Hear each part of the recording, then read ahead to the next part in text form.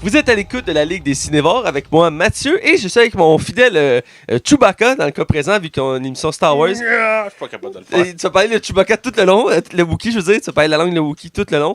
Donc, Max, alors ça va bien, Max? Ça va pas pire, et toi, Mathieu? Ah, écoute, un peu down. Je vis des temps difficiles. C'est pas drôle, hein? Les hommes poilus que tu fréquentes sont pas des hommes faciles à traiter. Hein? Pour la dernière fois, c'est toi qui es pansexuel, pas moi. Je pense que c'est eux autres qui, genre, ils dévoilent leur queue, genre, pis ça fait comme plein de décorations, genre. Non, c'est une orientation sexuelle. Ah, ok, non, je me trompe avec un pan, tout court. D'accord. C'est quoi un pansexuel? Un pansexuel, c'est qu'il n'y a pas de... L'attirance sexuelle, genre? Non, mais non, c'est l'inverse. Il y a l'attirance sexuelle pour tout, dans le sens que il se limite pas ni aux gars, ni aux femmes. Mais qu'est-ce qu'il y a pour les hommes et les femmes? Non, mais c'est dans le sens que il se définit pas en étant bi. C'est plus que bi. Il s'y va selon sa volonté, tu comprends? Peut-être à un moment donné, il va être lesbien, il va être gay. À un moment donné, il va être hétéro. Ça va dépendre des moments, tu comprends? Pour ceux qui est pansexuel, c'est selon les moments, il va Ben, ça enlève les animaux, là. Oui. Ok, c'est bon. Ok, pas de jugement ici. On aime tout le monde égal. Voilà. Donc, ce que je disais, c'est que je me sens down parce que je suis dans une période de l'année où... T'es pansexuel? Non. Toutes mes séries sont terminées pour l'été. Ah. Et là, je suis à un moment down parce que là, j'ai plus vraiment de séries à écouter. Et à titre, pour te montrer comment c'est spécial, depuis le début de l'année, j'ai pas une semaine où que j'avais pas une douzaine de séries à écouter. Ah ouais? Et là, la semaine passée, je n'avais qu'une série à écouter. Puis c'est un épisode, parce que c'est un épisode par semaine. Donc, j'ai trouvé la semaine longue. J'ai commencé à me chercher des séries, mais j'ai accroché sur rien que j'ai testé. Et je commence à trouver ça lourd, honnêtement. Là. J'ai réalisé ça hier, que je commençais à trouver ça lourd de pas avoir de séries à écouter. Et Il est temps que tu rencontres quelqu'un, Mathieu. Ça va venir. Ouais, un jour. Ça va venir. Je suis pas chanceux de ce côté-là, mais bref. Donc, cette semaine, on critique le nouveau film de Star Wars, Solo, à Star Wars Story. Un film sur Han Solo, on va revenir plus tard. Et on va parler entre autres de James Bond, de Morgan Freeman et de Men in Black. Alors, sans plus attendre, on va du côté des chroniques. Les chroniques. Alors, on commence dans les chroniques, comme d'habitude, parce qu'on a vu et écouté. Et je vais te laisser aller, Max. Ben moi, cette semaine, j'ai écouté beaucoup de stock. Vraiment, beaucoup. On a une à te croire, Max. Beaucoup. J'ai... Enfin, j'ai écouté cette semaine, j'ai commencé une série. J'ai commencé Lethal Weapon parce que il y a eu tout le scandale qu'il y a eu il y a pas longtemps. Puis on dirait que ça m'a motivé à l'écouter. Enfin! Puis je m'entraînais. Puis j'ai parti ça en même temps de m'entraîner. Puis finalement, j'ai pas été capable de décrocher pas en tout. J'ai écouté au complet l'épisode. J'ai dit, c'est bien bon. Mais le pilote est vraiment bon. Ah, là. il est écœurant, le pilote. C'est vrai, faut que je le touchant donne. aussi. Ouais. Puis tu te dis que cette valeur que l'acteur soit fait mettre dehors. Ouais. Mais on va voir ce que ça va donner par la suite. Là. Mais non, à date, j'ai juste écouté 3 épisodes. Mais c'est juste parce que j'ai pas eu le temps d'en écouter d'autres. Mais je me suis promis, là, cette semaine, j'allais C'est bon, continuer. Ouais, pour vrai, c'est vraiment bon. C'est comme écouter un body cop movie. Là. Ben, c'est le concept de Body Cop Movie. Ouais. Puis il y a une bonne dynamique parce que t'as les opposés. T'as Murtaugh qui a une famille, il est heureux, tout ça. Il a des problèmes cardiaques. Puis t'as Riggs, que lui, ben, il est dépressif, il a perdu sa femme et son enfant.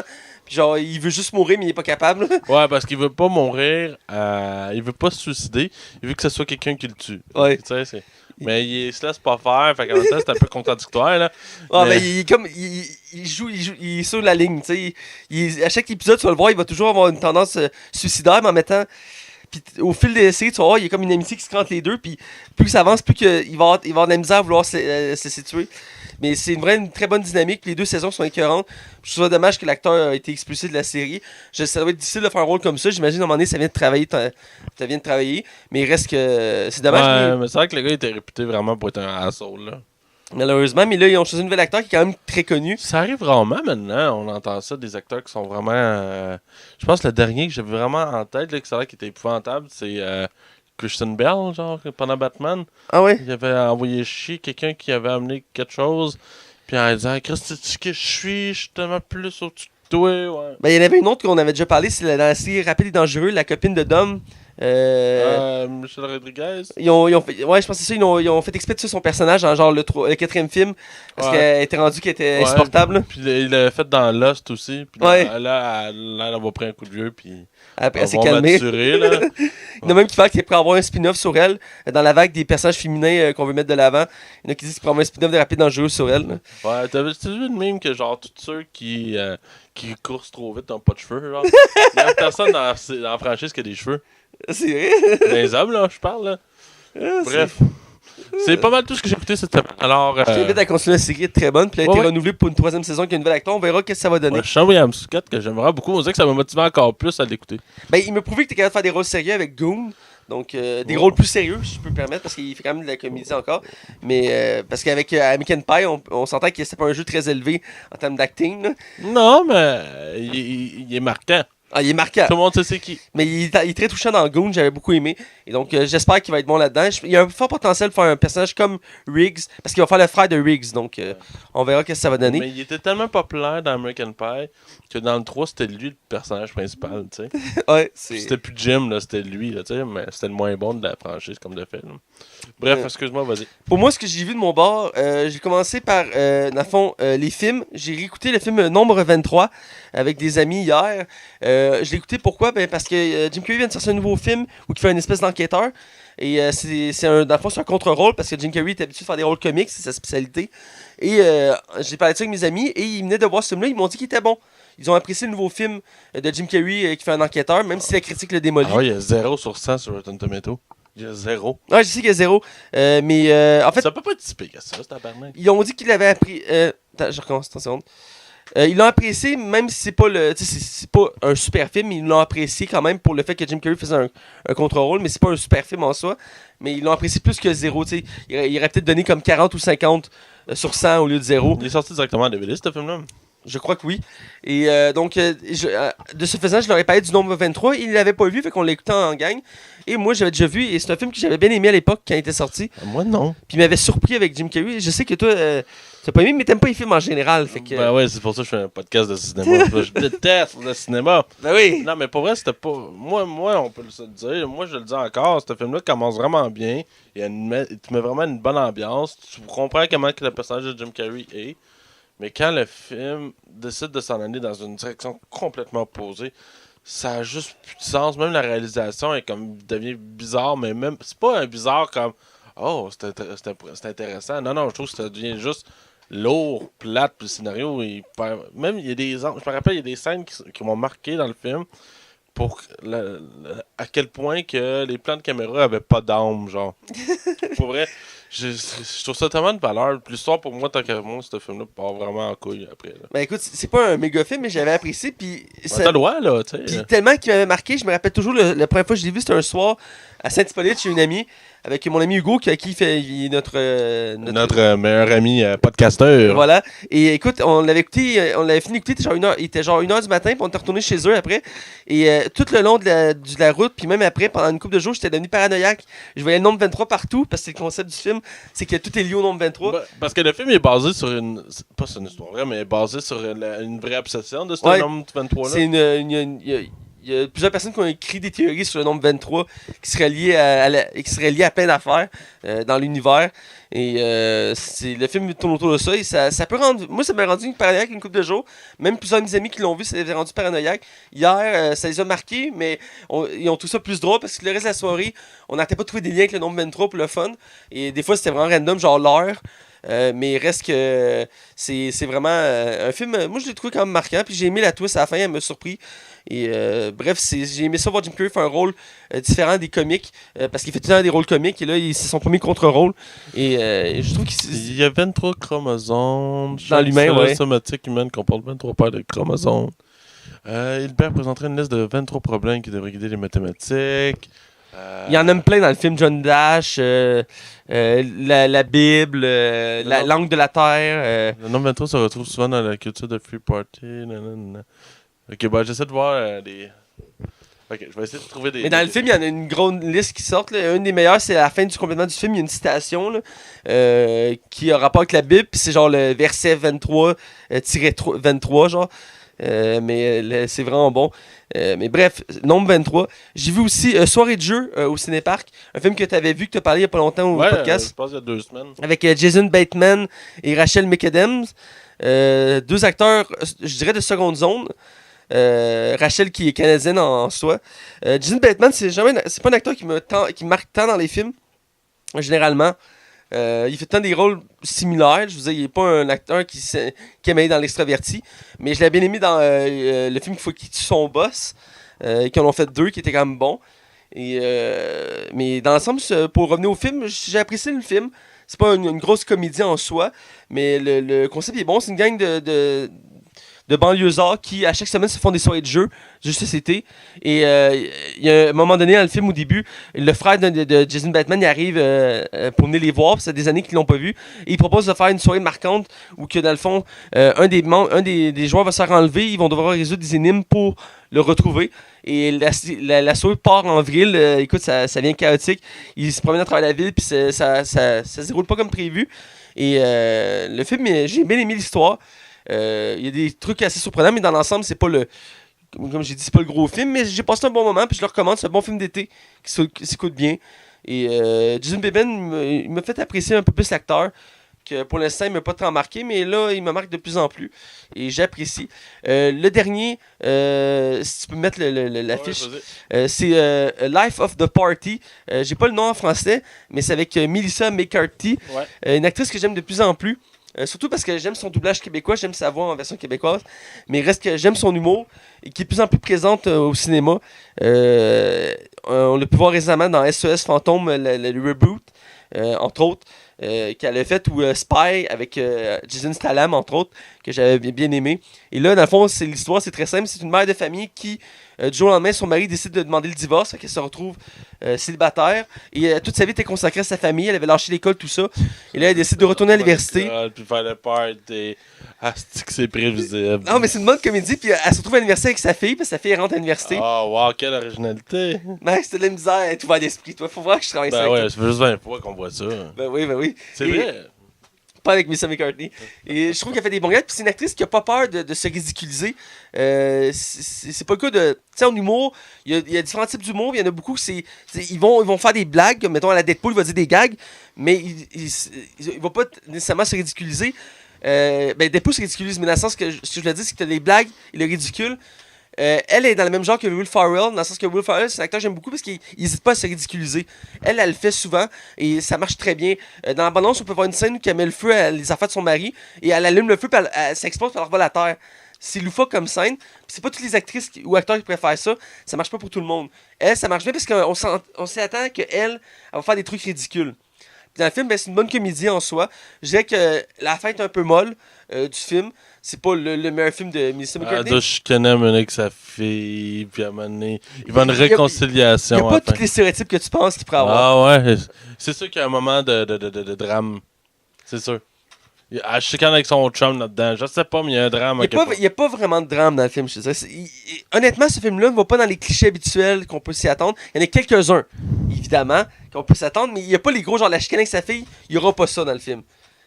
Qui aurait pu facilement mettre ça dans le film, ça aurait fait cliché, mais il n'y a pas de chicane avec sa fille dans le film. C'est un exemple pour montrer qu'il voulait pas être trop dans le cliché. J'ai goût de l'écouter juste pour le blaster. Ben, on l'écoutera juste pour le blaster. Reste que j'ai apprécié le moment de ce film-là, donc je vous recommande aussi un autre bon film d'été. Et pour finir, je l'ai mentionné tantôt, j'écoute plus vraiment de séries parce que j'en ai plus actuel, j'en cherche, mais j'ai rien que j'accroche. Et il me reste juste Westworld que je suis à chaque semaine et qui va finir dans quelques semaines. Mais pour l'instant, à part ça, toutes mes séries sont terminées. Je trouve ça rough, honnêtement. Sois sauvé, Matt. Ah, écoute, c'est tough, c'est tough. Et tu me parlais d'une série la semaine passée, ça faisait un bout que je voulais l'écouter. Et c'est The Office, version américaine. Ouais. Parce que l'original, c'est version britannique, que j'ai pas encore regardé non plus. Et j'ai écouté les trois premiers épisodes. Il faut préciser que la première saison a 6 épisodes. Ouais, vraiment. C'est particulier en soi. Et avec Steve Carell, qui est l'acteur principal de la série. Et que c'est un acteur comique que j'aime bien. Même si souvent il peut faire des trucs qui sont mauvais. Entre autres, le dîner de con, que j'avais été déçu dans le film. C'était vraiment un mauvais remake. Ah, c'est vraiment un mauvais remake.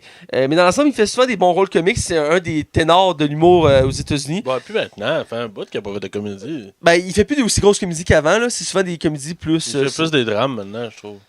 C'est vrai, rendu qu'il y a des drames. Il a fait un film sur Wall Street il y a pas longtemps. Ouais, puis il y en a un qui est sorti sur Amazon il y a pas longtemps avec Bryan Cranston, puis j'oublie l'autre acteur. Oui, t'as raison, oui. Oui, il s'est rendu qu'il a varié ses rôles, c'est bien pour lui. Ouais. Parce qu'il est capable, en ça, je l'ai vu dans des rôles plus sérieux, comme le film sur Wall Street. Il était bon là-dedans, il pétait sa coche, tout ça. Mais dans l'ensemble, il est très bon en humour. Dans le fond, j'ai écouté trop premiers épisodes, je l'aime bien accrocher, honnêtement. Son personnage m'énerve un peu. Les autres personnages, je les apprécie. Il est voulu pour être détestable. Ouais, c'est ça, il y a tous les défauts. Il est homophobe, raciste, misogyne. Il les a toutes. Puis à chaque épisode, il les rappelle. Il n'y a pas un moment qu'il les rappelle pas. Puis il est malaisant aussi.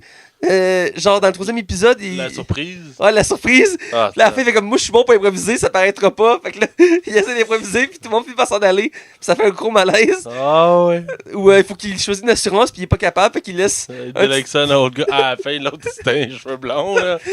Il sait les cheveux blonds. Ouais. J'ai pas remarqué. Non?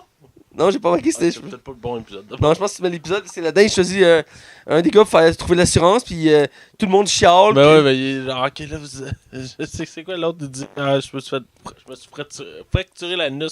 On sait tous que c'est pas vrai. Oui, c'est vrai, ça peut arriver. Ouais. Là, il y a un malaise dans la salle. Ah, si, j'ai ri, moi. Il y a du bon humour en mettant. Oh, attends, non, le bout, ils doivent jouer des rôles, ils se mettent de carton dans Ouais. la face pour prouver qu'ils sont pas racistes, puis le noir, puis ils mettent juste un black dans la face. Mon Dieu, j'ai ri. Ah, ouais, c'est un bon gag, mais dans l'ensemble, pour l'instant, je l'accroche pas. Je vais finir la saison 1 pour voir. T'as Mais dit à la chance, t'as dit à la chance. mais Sticker, j'ai de la misère à date avec lui. Puis le concept de série est particulier C'est là qu'il s'est fait connaître. parce que il se fait connaître pour SNL entre autres, là, mais avant ça, mais C'est vraiment la série qui l'a propulsé. Là. ça se peut bien. Il y a quand même eu 5 ou 6 saisons. Plus que ça, même. Mais en tout cas, il y a plusieurs saisons. Et qu'est-ce que je veux dire là-dessus déjà? Ah oui, le concept, c'est qu'on suit des employés dans un bureau de vente de papier. Et c'est une petite équipe, ils sont pas beaucoup. Et il y a quand même quelques acteurs qui se sont fait connaître, qui sont connus maintenant depuis. Entre autres, un des employés principaux, John. Chris, il a fait un film il y a pas longtemps avec, Quiet Place, là. avec Emily Blunt. Là. John Krasinski. Ouais, c'est ça. Puis il y a Jenna Fisher aussi qui est connue maintenant, pas mal. Ren Wilson, je l'ai connu entre autres parce qu'il a fait un film qui faisait un drummer qui était bon. Oh, il y a James Spader dans la série. Hey, je vais peut-être ça à cause de ça, c'est un acteur que j'adore. Il est peut-être juste pas arrivé encore. Puis t'as Ed Helms aussi. Qui est pas arrivé encore. La saison 1, ils sont pas encore. Puis Là. t'as JB Novak qui est introduit dans le premier épisode, c'est la nouvelle recrue. Là. Ouais, je veux juste aller voir le nombre de saisons. Je sais pas combien il y en a. Mais c'est une série que je sais qu'il a beaucoup pogné, puis surtout parce qu'il Il y a 9 saisons. y a 9 saisons, et qui a beaucoup pogné parce que la version britannique avait été très populaire, puis ils ont fait la version américaine, puis elle a autant pogné. Mais pour l'instant, je sais pas, c'est peut-être pas le genre d'humour que j'aime, mais je verrai. Ben, c'est basé sur une série britannique. Hein? Ouais, c'est ça que je viens de dire, ouais. Ah, je t'écoutais pas. Ah, c'est pas grave. Et, mais bon, je verrai pour la suite. Comme je dis, la saison 1, j'en reparlerai après. Mais pour l'instant, j'accroche plus ou moins. Ça reste que l'humour est quand même bon. Puis c'est du Steve Carell, pour ceux qui aiment Steve Carell. Moi, je l'apprécie. C'est un bon acteur quand même. Donc voilà, on va aller du côté des chroniques. Non, je vais t'interrompre. Mathieu, j'ai fait mes recherches. Vas-y. Vois-tu? Puis je vais parler du nombre 23. Ouais. Je vais en donner juste quelques-uns. Je trouve que ça va être fun. Là. Vous allez apprendre des choses, OK? OK. Les versets du Coran ont été relevés au terme d'une période de 23 ans. William Shakespeare est né et décédé le 23 avril. La Sabbath des sorcières se tient le 23 juin. Bonnie and Clyde, les gangsters les plus populaires des années 90, ont été abattus par les policiers le 23 mars à 23h. Michael Jordan et LeBron James, c'est les deux plus grandes histoires de l'histoire. Le joueur porte le nombre 23. Le Titanic percutera un iceberg à 23h23 le 15 avril 1919.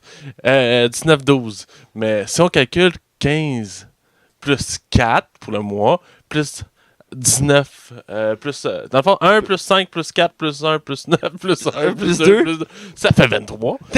Les États-Unis ont déclaré la guerre à l'Allemagne le 11 décembre 1941, ce qui donne 11 plus 12, 23. Attends, là, j'ai une pub qui pop dans la Pas mal. Les États-Unis ont.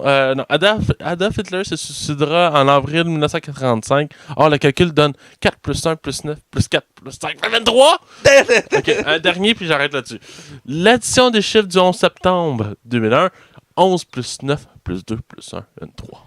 Hein? Vous avez appris de quoi? Là, vous avez tous des fous, vous allez être obsédés par le nombre 23. Mais genre, moi, quand j'avais vu ce film-là, par exemple, la seule affaire, c'est que après ça, j'ai lu vraiment beaucoup sur le nombre 23, puis je trouvais ça vraiment comme fucké, mais super intéressant. Genre, non, c'est cool. Moi, j'ai vécu une couple de jours, là, je voyais des nombres 23 partout parce que, pour finir sur l'anecdote du film, quand j'ai ramené mon ami ce soir-là, que j'ai écouté le film, Il était 23h. on est arrivé chez eux à 1h23, donc 1 fois 23, 23. Son adresse, c'est le 123, 1 fois 23, 23. Son père avait 69 ans à l'époque. 69, c'est 23 fois 3. Moi, nous autres, dans ma famille et moi, c'est le chiffre 13. Ah, le chiffre 13? La cousine de ma mère est née le 13. Je suis né le 13 février. Ma soeur est née le 13 janvier. Puis mon autre soeur est née le 4 septembre. Le 4 septembre. 4 plus le 9e mois. 13? C'est la seule affaire qu'on... Ouais. En tout cas, Mais ça, je pense que ce qui arrive, c'est que c'est des chiffres comme ça, genre, tu peux prendre le numéro, je sais pas, 72, mais je suis sûr qu'il y a moyen de l'associer à plein d'affaires. J'écoutais quand j'écoutais mes amis, il y a un de mes amis que lui, il étudiait en psychologie et tout ça, puis il dit, quand tu veux voir un chiffre partout, tu vas le voir partout. Ouais. Donc, c'est une question de mentalité. Si tu te mines pour le voir, c'est sûr que tu vas le trouver partout. Peut-être juste que 23, c'est genre un nombre qui revient plus. Peut-être. On commence pas à rentrer dans les théories du complot, mais bon. Je trouve ça cool. On va du côté des nouvelles. Yeah! Yeah! Fait que c'est ça. Les nouvelles cette semaine, j'en ai pris... j'ai pris ceux qui m'intéressaient le plus, parce qu'on en avait quand même beaucoup cette semaine. Et je vais commencer par le trailer de Christopher Robin, qui est comme la... suite spirituelle à Winnie the Pooh? Ouais. En live action. Ouais. Y avait-tu déjà eu un live action de Winnie the Pooh? Parce que je cherche. Moi, en tout cas, ça me vient pas en tête. Là. Il y en a peut-être déjà eu un, mais ça me pense pas. Dans le fond, qui va être incarné par Evan McGregor. Et dans le fond, on compte l'histoire de Robin, Christopher, en fait, qui a été dans le monde de Winnie the Pooh. Et dans la nouvelle bande-annonce, on apprend un peu plus sur l'histoire, dans le fond. On va, dans le fond, Christopher, là-dedans, est un peu dépassé par la vie maintenant, rendu adulte. Il est rendu avec une petite famille, tout est... Tu sais, il y a une vie là, normale. Là. Mais qui a pris beaucoup de temps et qui donne beaucoup de stress puis qui amène des enjeux vraiment difficiles dans sa vie. Et Winnie va réapparaître par magie devant lui. Ils ont fait un drôle de choix esthétique. Tous les personnages sont tous devenus en peluche. Ouais, peluche, ouais. Ouais, c'est pas, tu sais, porcinet. C'est un porcinet, là, tu sais, je veux dire. Là, c'est tout comme des toutous. Je trouve ça spécial. C'est un choix artistique, je pense, à ce moment-là. Puis non, c'est ça, dans le fond, Winnie the Pooh va ramener Christopher dans le monde de Winnie, mais il décide Christopher fait écoute, j'ai pas le temps, faut que je m'occupe de ma famille. Fait que Winnie décide que lui et ses amis vont rentrer dans notre monde à nous pour aider Christopher à mettre remettre sa vie en place. Alors, ça va amener probablement une sous-section de moments cocasses avec Winnie the Pooh. Esthétiquement, c'est très beau et j'ai vraiment hâte de voir ce que ça va donner. Je trouve que c'est intéressant.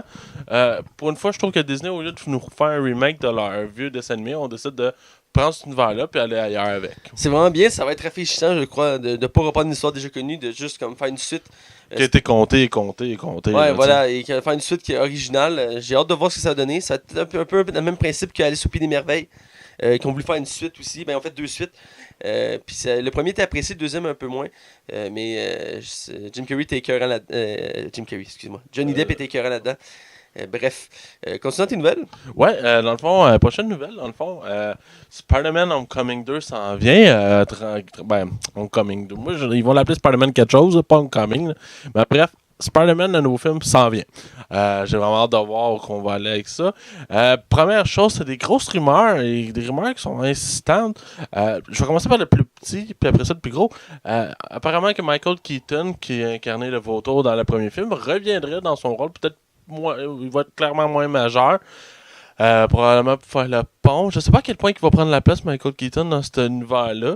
En plus, ce film-là va se passer après Avengers. Fait que il va y avoir l'impact d'Avengers sur le film. Et dans le fond, pour moi, ça, Michael Keaton, je trouve que autant Homecoming m'avait déçu, autant que je trouve que Michael Keaton était clairement une des forces du film.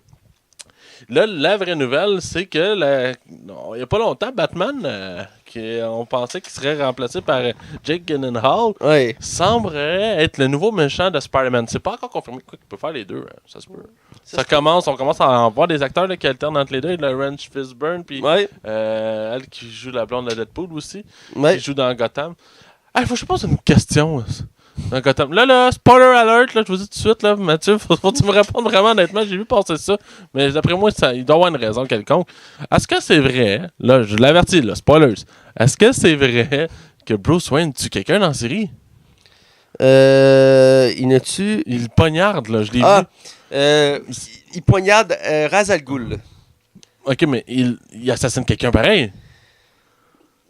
Tabarnak, gros. La saison 4 tourne un peu autour de ce concept-là que Batman a tué Ra's al Ghul et ça va comme le changer, mais il y a une tournure, une twist autour de ça qu'il faut que tu voyes la saison pour comprendre. Mais je te dis tout, Batman n'est pas un meurtrier. Ouais, parce que Il là. était à l'époque dans les comics, mais ils ont changé ça parce que ça marchait pas avec son image. Ouais, puis c'est absurde quand tu y penses. Mais dans Batman Superman, ils se le permettent. Batman vs Superman.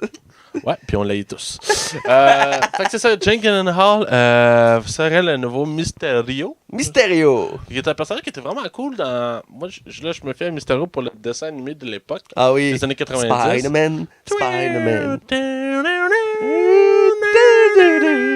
Bon, en tout cas, vous le reconnaissez. C'est ça, dans le fond, ouais, qui est un personnage qui peut faire halluciner Spider-Man puis faire croire qu'il voit n'importe quoi d'autre. Je trouve que ça serait vraiment cool. C'est un des méchants qui. Est-ce que Spider-Man, il y a un casting de méchants de malade mental, hein? Spider-Man est à la manière aussi de Batman d'avoir un grand casting de méchants variés et emblématiques. Ouais. Parce que je te nomme un méchant Spider-Man, tu vas le connaître parce que tu l'as sûrement déjà vu quelque part. Ouais. Autant le gobelin vert, le rhino. Venom, Venom, c'est le plus récent. Mais le Vautour, tout ça, c'est des personnages que je connais. Dr. Octopus. C'est vrai. Puis c'était un des méchants les plus emblématiques des films aussi. Le deuxième Spider-Man était beaucoup apprécié. Il y en a encore qui disent que. C'est le meilleur encore, je pense, de toute la gang. Ben oui, des Spider-Man, je pense que oui. Et dans ce cas-ci, Mysterio, c'est un méchant que ça fait longtemps qu'il était en rumeur.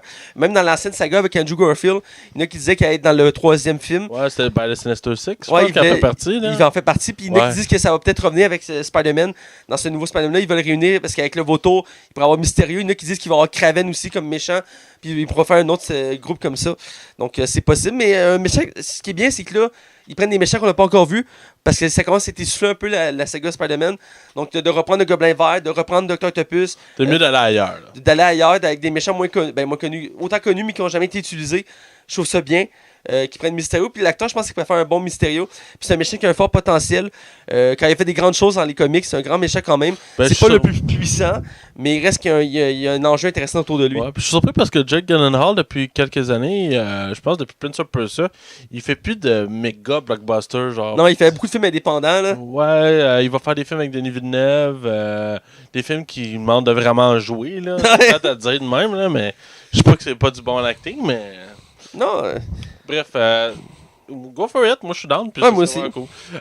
Prochaine nouvelle, c'est on a eu les premières images, pas un trailer, des premières images, des captures des photos dans le fond, de Disenchantment, qui est la nouvelle série qui s'en vient sur Netflix. Mais qu'est-ce qu'elle a de particulier? C'est la nouvelle série de Matt Groening. Oui, j'ai vu ça. D'abord, c'est la série que Matt Groening, pour ceux qui ne savent pas c'est qui, c'est lui qui s'occupe des Simpsons puis de Futurama. Rien de moins. Fait qu'on retrouve les dessins habituels qu'on connaît des Simpsons, si on veut, mais sur Netflix. Et ce qui va être intéressant, dans le fond, je vous explique le concept de la série, c'est qu'on va suivre une princesse, et cette princesse-là est accompagnée d'un gnome, tout ça, mais le but va être un peu comme les Pierres à feu il était à l'époque. On va rire de l'actualité, mais en dessin animé, dans le sens que, mettons, les Pierres à feu arrivaient, ils écoutaient la TV, mais dans le fond, c'était comme une TV avec de la roche, là, tu sais. Ouais. Puis là, ils lisaient la roche, comme ça, c'était leur TV pour eux autres. Au même principe que le téléphone, c'était juste comme une roche qui écoutait, là, tu sais. C'est ce principe-là, on va utiliser le thème de l'émission et on va l'utiliser pour rire de ce qui est des problèmes sociaux actuels, genre. Alors, je trouve que ça va faire du bien parce que je trouve que depuis quelques années, Simpson ne fait plus ça du tout. Futurama le faisait bien. Mais là, je trouve que Disenchantment, ça risque d'être vraiment intéressant parce que j'ai l'impression que Matt Groening manquait vraiment d'inspiration avec les Simpsons au cours des dernières années. Là. Ben, c'est plus lui en plus qui s'occupe des scénarios. Là. Et, je veux dire, il y a une équipe maintenant de scénaristes. À la base, c'est lui qui s'occupait des scénarios, mais là, depuis plusieurs années, lui, je pense qu'il est juste rendu producteur délégué, un truc comme ça. Puis là, je pense que les Simpsons vont atteindre quoi, les 30 saisons l'année prochaine. Puis ça s'enligne pour être la dernière, là, d'après moi. Là.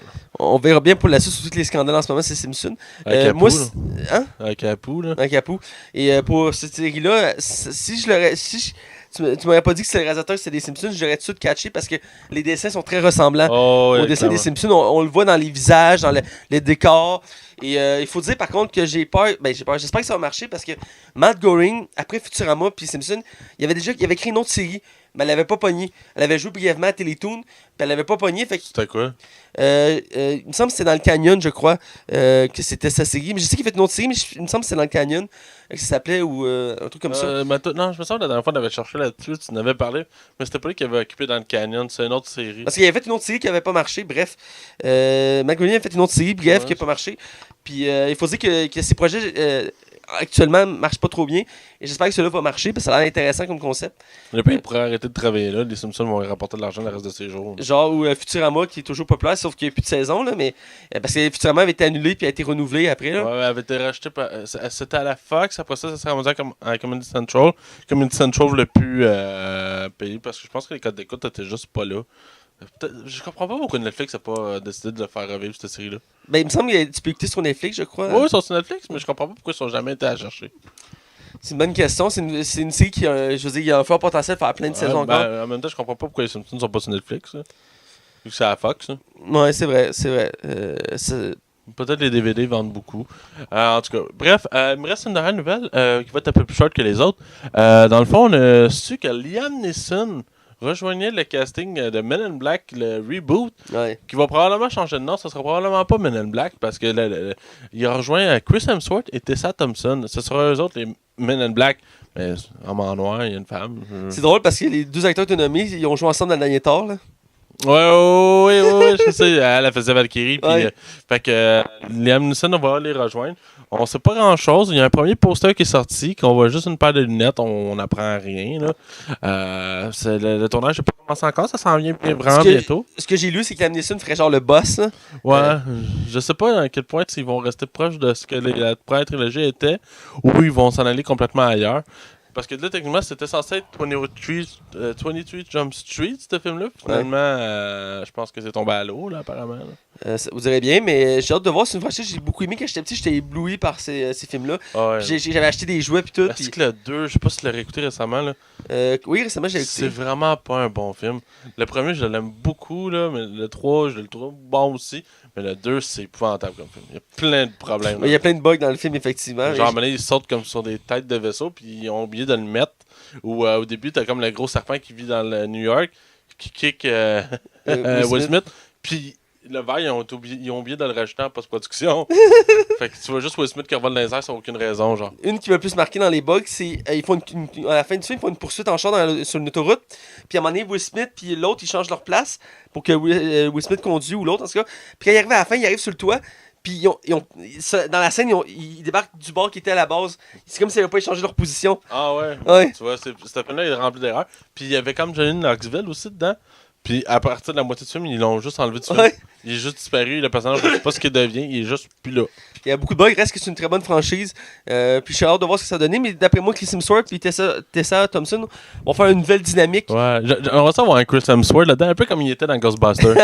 C'est un peu nono, là. Ben, j'ai plus l'impression qu'un des deux, ça va être comme le mentor de l'autre. Puis l'autre va être genre le flic de New York. Parce que originalement, Will Smith, c'est genre un policier de New York. Puis l'autre, c'est genre le mentor. Fait que je verrais bien genre Tessa Thompson faire genre la flic de New York parce qu'elle fait des rôles badass ces temps-ci. Puis Chris Hemsworth ferait genre le Man in Black, tu sais, qui peut être drôle mais en même temps qui est le gars qui a de l'expérience. Ouais.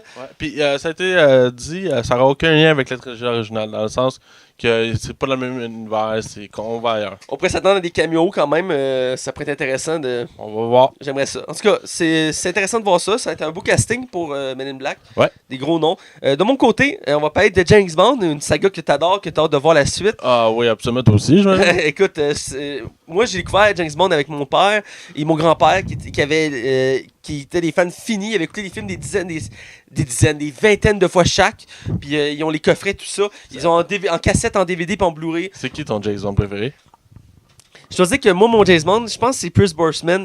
Ah ouais? Parce que c'est mon James Bond de mon époque à moi. Puis toi aussi, parce qu'on a le même âge. Ouais, mais moi, c'est Sean Connery, mais oui, j'aime beaucoup Pierce Brosnan. Ben, j'aime beaucoup Sean Connery. Aussi Roger Moore, qui est lui qui l'a fait plus souvent. Mais je te dirais que Pierce Brosnan, il y avait un charisme particulier. Je l'aimais beaucoup. Puis j'aimais voir ses gadgets, l'auto qui va dans l'eau, tout ça. J'aimais beaucoup ça. Mais j'aime vraiment beaucoup la tournure que tu as pris avec...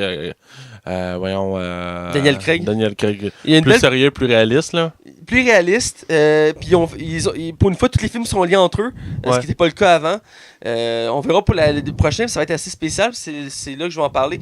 Parce que le dernier qu'ils ont fait, ça faisait une belle fin pour Daniel Craig.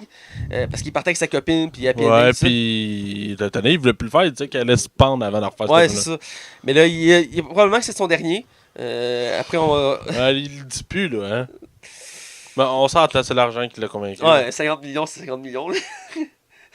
Bref, le James Bond numéro 25, pour l'instant, il n'y a pas de titre encore, qui devrait sortir l'année prochaine, en novembre 2019, Ouais. ce qui a été Le confirmé. tournage est prévu pour décembre cette année. Ouais, décembre cette année. Et le réalisateur qui a été choisi, c'est Danny Boyle, Ouais. un réalisateur qui est quand même connu, qui a fait quand même des gros films. Il a fait la franchise. C'est rendu une franchise depuis l'an passé. Transporting. Ouais, Transporting, il y en a 2 à date, là. Ouais, puis il a fait plusieurs films, ce Boyle. C'est récent qu'il est en pleine montée, je dirais. Il a fait quand même plusieurs gros films. Malheureusement, j'arrive pas à me rappeler des autres, mais je les avais pris en note pour la nouvelle. Mais ça m'est sorti de l'esprit, mais on va faire une petite recherche rapide. Reste que pour l'instant, les informations qu'on a, c'est ce que j'ai dit. La plupart des membres qui étaient là dans les films précédents, autant lui qui s'occupe des gadgets que M, sont confirmés au casting. Il a fait 127 heures, il a fait le dernier Steve Jobs qui était vraiment bon. C'est lui qui cherchait Steve Jobs. Ouais. Slumdog Millionnaire. Puis 28 jours plus tard, hein, ouais. Ouais. Le film d'horreur. Ah ben, ok. Ouais, il a fait quelques films, il n'a pas fait beaucoup, mais c'est quand même un réalisateur marquant. Et donc voilà, puis comme je dis, il y a l'acteur qui fait M qui revient, l'acteur qui s'occupait des gadgets qui revient. M, elle revient pas. Pas la femme, l'homme, Ah oui, ok. qui était changé dans Skyfall. Dans Skyfall, il changeait de M pour il donnait le flambeau. Parce que l'actrice elle mourait, puis c'était l'acteur qui fait Voldemort qui fait M maintenant. Ouais. Puis t'as le jeune aussi qui a été choisi pour faire les gadgets parce que je sais pas si c'est une anecdote, mais l'acteur qui faisait les gadgets originalement, ils ont tout fait jusqu'à Pierce Brosnan. Fait qu'il a fait toutes les James. Ouais, mais il est mort, là, je pense. Ouais, il est mort. Puis c'est l'acteur qui a fait tous les films de James Bond du début jusqu'à Pierce Brosnan. Puis il est mort. Puis ils ont attendu une couple de films que Bruce Brosnan s'en va pour changer d'acteur. Puis on a pris un très jeune justement pour, je pense, refaire le même principe pour le garder longtemps. Ouais, je sais pas s'il va vouloir être là longtemps. Là. On verra bien, mais en tout cas, il a déjà fait deux films, je pense, à date. Donc on verra. Puis je pense qu'il y a Tessa Thompson aussi qui est dans le film. Elle a fait voyons, elle fait genre une agente qui tire sur James Bond dans. C'est dans Skyfall qui tire dessus. Il est genre sur un train. Je pense que c'est dans James Bond qui est dans celui-là qui est sur un train. Ça se peut. Parce que bref. Je pense que c'est Skyfall qui est sur le train au début. Ouais, il me semble que c'est ça, puis il se fait tirer dessus par elle. En tout cas, la plupart du casting revient pour les principaux. Le méchant n'a pas été encore confirmé, mais ça devrait être sorti bientôt parce que le tournage est en décembre, donc on va avoir les premières informations bientôt. On a déjà le réalisateur, donc ça promet. On va aller du côté Star Wars, puisque on va en parler aujourd'hui, mais il y a une nouvelle qui est sortie à la suite de la sortie de ce film-là. Le prochain spin-off de l'univers de Star Wars est confirmé, ça va être sur Boba Fett, le personnage C'est pas emblématique. confirmé encore, hein. Ben, le réalisateur a été choisi. Ouais, c'est ça, mais c'est pas confirmé. C'est Hollywood Reporter qui ont sorti ça. Puis ça confirme. Parce que là, tout le monde pensait que c'était Obi-Wan le film qui s'en vient. Là. Je sais pas dans le fond. On sait même pas si c'est can. On sait pas où ils s'en vont. Ouais. Tant que Disney n'a pas confirmé. Ben, le prochain spin-off a été choisi par. Le réalisateur a été choisi, c'est James Mangold, Ouais, Ronda Logan. le réalisateur de Logan. Et selon les informations qui sont sorties, ce serait sur Boba Fett. J'étais un peu vite en information. Mais il y a plusieurs sources qui vont pointer dans la même direction pour dire que c'est Boba Fett. C'est un personnage que beaucoup de gens voulaient voir, qui a été peu exploité dans l'univers des films. Il y a des rumeurs qui disaient qu'on allait le voir dans Solo à Star Wars Story. Les rumeurs ont été démenties récemment avant la sortie du film que ce personnage-là n'était pas utilisé pour le film. En tout cas, officiellement. Et donc, c'est intéressant de voir un film sur lui. Encore une fois, par contre, je trouve ça un peu dommage qu'on s'attende encore sur un univers déjà connu. Parce que oui, c'est bien, on voit des personnages qu'on connaît, mais en même temps, s'ils veulent pas épuiser la franchise, il faudrait qu'ils aillent dans des directions nouvelles, soit avant les films ou après, mais plus loin, tu sais. Ouais. Donc, on verra pour la suite, mais en tout cas, j'ai hâte de voir. J'aimerais ça un film sur Obi-Wan. Ce que j'ai lu, d'ailleurs, sur les rumeurs, c'est qu'en rapport avec Solo Story, il y aurait peut-être une saga autour de ça, mais ce serait peut-être pas nécessairement une trilogie sur Han Solo, mais ce serait plusieurs films qui se déroulent dans la même époque qui feraient le pont, entre autres avec la twist de la fin du film. Ouais, parce que, est-ce que l'épisode Rogue One il est en même temps que... Non. Rogue One est après Han Solo. Ouais, il est après Han Solo. Ouais. Han Solo, il se positionne où? Il est 6 ans après la revanche des Sith. Et donc, il est à peu près, je pense, c'est comme. Il est 6 ans après la revanche. Ouais, 6 ans après la revanche des Sith, puis je pense que c'est comme 12 ans avant. Parce que la République est déjà installée dans le film. Là. Hein? La République est déjà installée dans le film. La République. L'Empire, tu veux dire? J'ai utilisé la République. L'Empire, excuse. Oui, l'Empire est déjà établi. Ça va aller, Max. C'est République. Ça va aller. Tu rêves d'une démocratie. Démocratie du Congo. Bref, comme je dis, il prévoit faire une saga autour de... Parce que l'acteur qui fait Han Solo a dit, sans faire exprès, dans une entrevue, qu'il avait signé pour 3 films. Et après, il a fait comme fuck, fallait pas que je dise ça, parce que c'était une surprise. Et il y a plusieurs rumeurs qu'il va y avoir un spin-off sur Lando, qu'on peut voir dans le film d'ailleurs de Han Solo. Et selon les rumeurs, encore une fois, à travers ces films-là, il y aurait un fil conducteur. Ça serait comme une histoire qui serait toute reliée, entre autres avec la twist qu'on a vue, qu'on va parler tantôt de la fin du film. Donc, à voir. À voir. Pour continuer dans mes nouvelles, c'est sur John Wick 3, un film que j'attends avec impatience, que je me peux plus d'attendre. Et il y a 2 actrices qui ont été ajoutées au casting. Il y en a d'autres, mais moins connues, qui ont été ajoutées, qui sont moins importants à mentionner. Mais ces 2-là sont quand même connus. On a Halle Berry et Angelica Hudson qui rejoignent le casting. Pour Halle Berry, je pense que pas mal tout le monde la connaît maintenant. Oh, ouais. Beaucoup la critique parce qu'elle est reconnue pour faire autant des très mauvais films que des bons films. Ouais, absolument, elle fait des mauvais choix de carrière. Là. Elle a déjà eu un Oscar pour la meilleure actrice. La même année, le Razzie de la pire actrice. Tu te rappelles-tu du film Gotiga? Non. Il y avait Robert Downey Jr. dans ce film-là avec elle, puis c'était un film d'horreur. Ok. Ça te dit absolument rien? Non. Elle est comme enfermée dans une salle. C'est là que la putain No one know what it's like Ah ouais? to be the fan. Elle est sortie. En tout cas, je vais te sortir ça pour que tu saches Bref, quoi. puis Angelica Hudson, c'est une actrice généralement qui apprête sa voix à des personnages, soit des personnages dans la fiction, soit dans les films animés. Elle est reconnue pour prêter sa voix à beaucoup de choses, mais je l'ai vu entre autres dans la série récemment, Shut Eyes, où elle fait une sorte de gitane qui est quand même très bonne là-dedans. Puis après, ça va aussi à un personnage dans les Incroyables, dans le premier, puis dans le deuxième qui va avoir lieu bientôt. Elle fait après de sa voix un des personnages. Et donc, c'est intéressant. Pour le reste du casting, il y a un acteur japonais qui était entre autres dans le film Wolverine, le combat de l'immortel. J'ai pas son nom complet, là, mais c'est Saranda, son nom de famille. Malheureusement, c'est un acteur qui est reconnu faire des rôles typiquement reliés à, je veux pas être méchant, mais à sa race, dans le sens que il va souvent faire le mafieux japonais, ou le sensei japonais, ou le policier japonais, ou tout le temps le rôle typique, un peu comme Jack Chan qui faisait aussi dans les films américains. Tu mets un rôle, il fera pas un film d'amour ou avec une blanche, un film américain qui est à New York, puis il travaille dans un bureau. Tu verras pas faire ça. D'ailleurs, dans la série Westworld, il était ajouté au casting, puis il fait un samouraï. Comme de fait, tu sais. Il fait souvent des rôles comme ça dans les films. Ouais, ben quand t'allais voir Ready Player One, ça je me disais, il y en a le seul personnage japonais, il devient Gundam. J'ai mon ami Dexter qui est justement d'origine asiatique. Il dit, ouais, c'est tout le temps pareil. C'est malheureux, mais ça arrive souvent. Mais bref, on verra pour ce film-là. Mais j'ai l'impression que pour ce film-là, son rôle, il va représenter la mafia genre japonaise. Parce que dans le 3e, John Wick va courir après le conseil c'est chaque membre de chaque mafia est membre de ce conseil-là. Et il a buté le membre italien dans le 2e film. Et là, dans le 3e film, sûrement qu'il lui va représenter le côté japonais du film. Bref. Donc voilà. Et pour finir, une nouvelle un peu triste. Pas triste, qui est frustrant. Frustrante, ouais. Ce serait le bon terme. Morgan Freeman a été accusé D'allégation sexuelle envers plus de 8 actrices. Ah ouais, c'était 8 actrices. Il me semble que c'est 8 que j'ai vu. Ça se peut. Et qui date de quand même pas mal d'années déjà. Et il s'est excusé. Le premier réflexe qu'il a eu, il s'est excusé. Et il l'a pas nié, il s'est excusé. Et c'est assez triste. Je pensais pas que c'est un acteur qui aurait pu être touché par ça. Ben, il était le premier à dénoncer ça. Ouais, aussi. Je m'en rappelle. Et moi, je l'ai dit à toi, Max, j'ai dit si un acteur comme Morgan Freeman peut être accusé d'agression sexuelle, je pense qu'il n'y a pas d'acteur qui peut pas être touché. Là. Ah, moi, d'après moi, plus que ça avance, plus que j'en en train de réaliser à quel point il y a une culture dégueulasse dans l'arrière d'Hollywood. Là. Ouais. J'ai l'impression que c'est très sale en arrière de tout ça. Là. C'est pas beau. Non. Là, c'est là que l'être humain, on voit qu'il va plus. Il est capable du pire. Hein? Ouais, du pire comme du meilleur. Là. Ouais. C'est assez Ben, triste. je suis content que ça sorte. Ouais, ben, mais Morgan Freeman, come on. J'espère juste que sa carrière sera pas détruite à cause de ça. C'est un acteur qui est incroyable. Là. Ouais, parce que là, pour le monde qui a vu Seven, tout le monde doit faire comme tabarnak. Il y a juste Brad Pitt qui a pas été accusé dans ce film-là. C'est calice. J'avais jamais réalisé. Hey, j'ai aimé ta réplique. C'est bon. Ouais, bref, espérons que ça se règle bien. Ouais. Mais écoute, En prison, en parenthèse, Harvey Weinstein a été arrêté par la police vendredi au sujet de juste 2 cas, d'un viol et d'une agression en 2003 et en 2004. Donc pour l'instant, c'est juste 2 cas qui ont été mis en cours.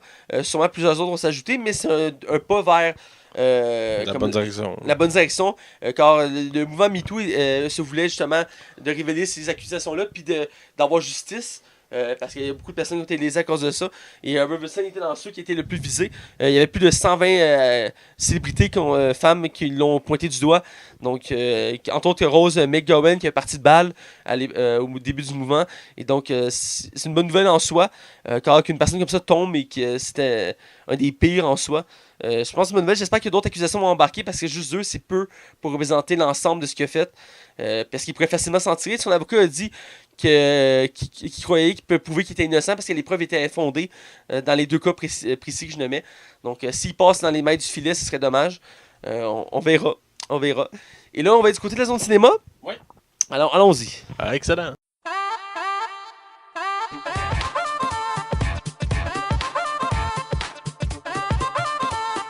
Bienvenue dans la zone cinéma.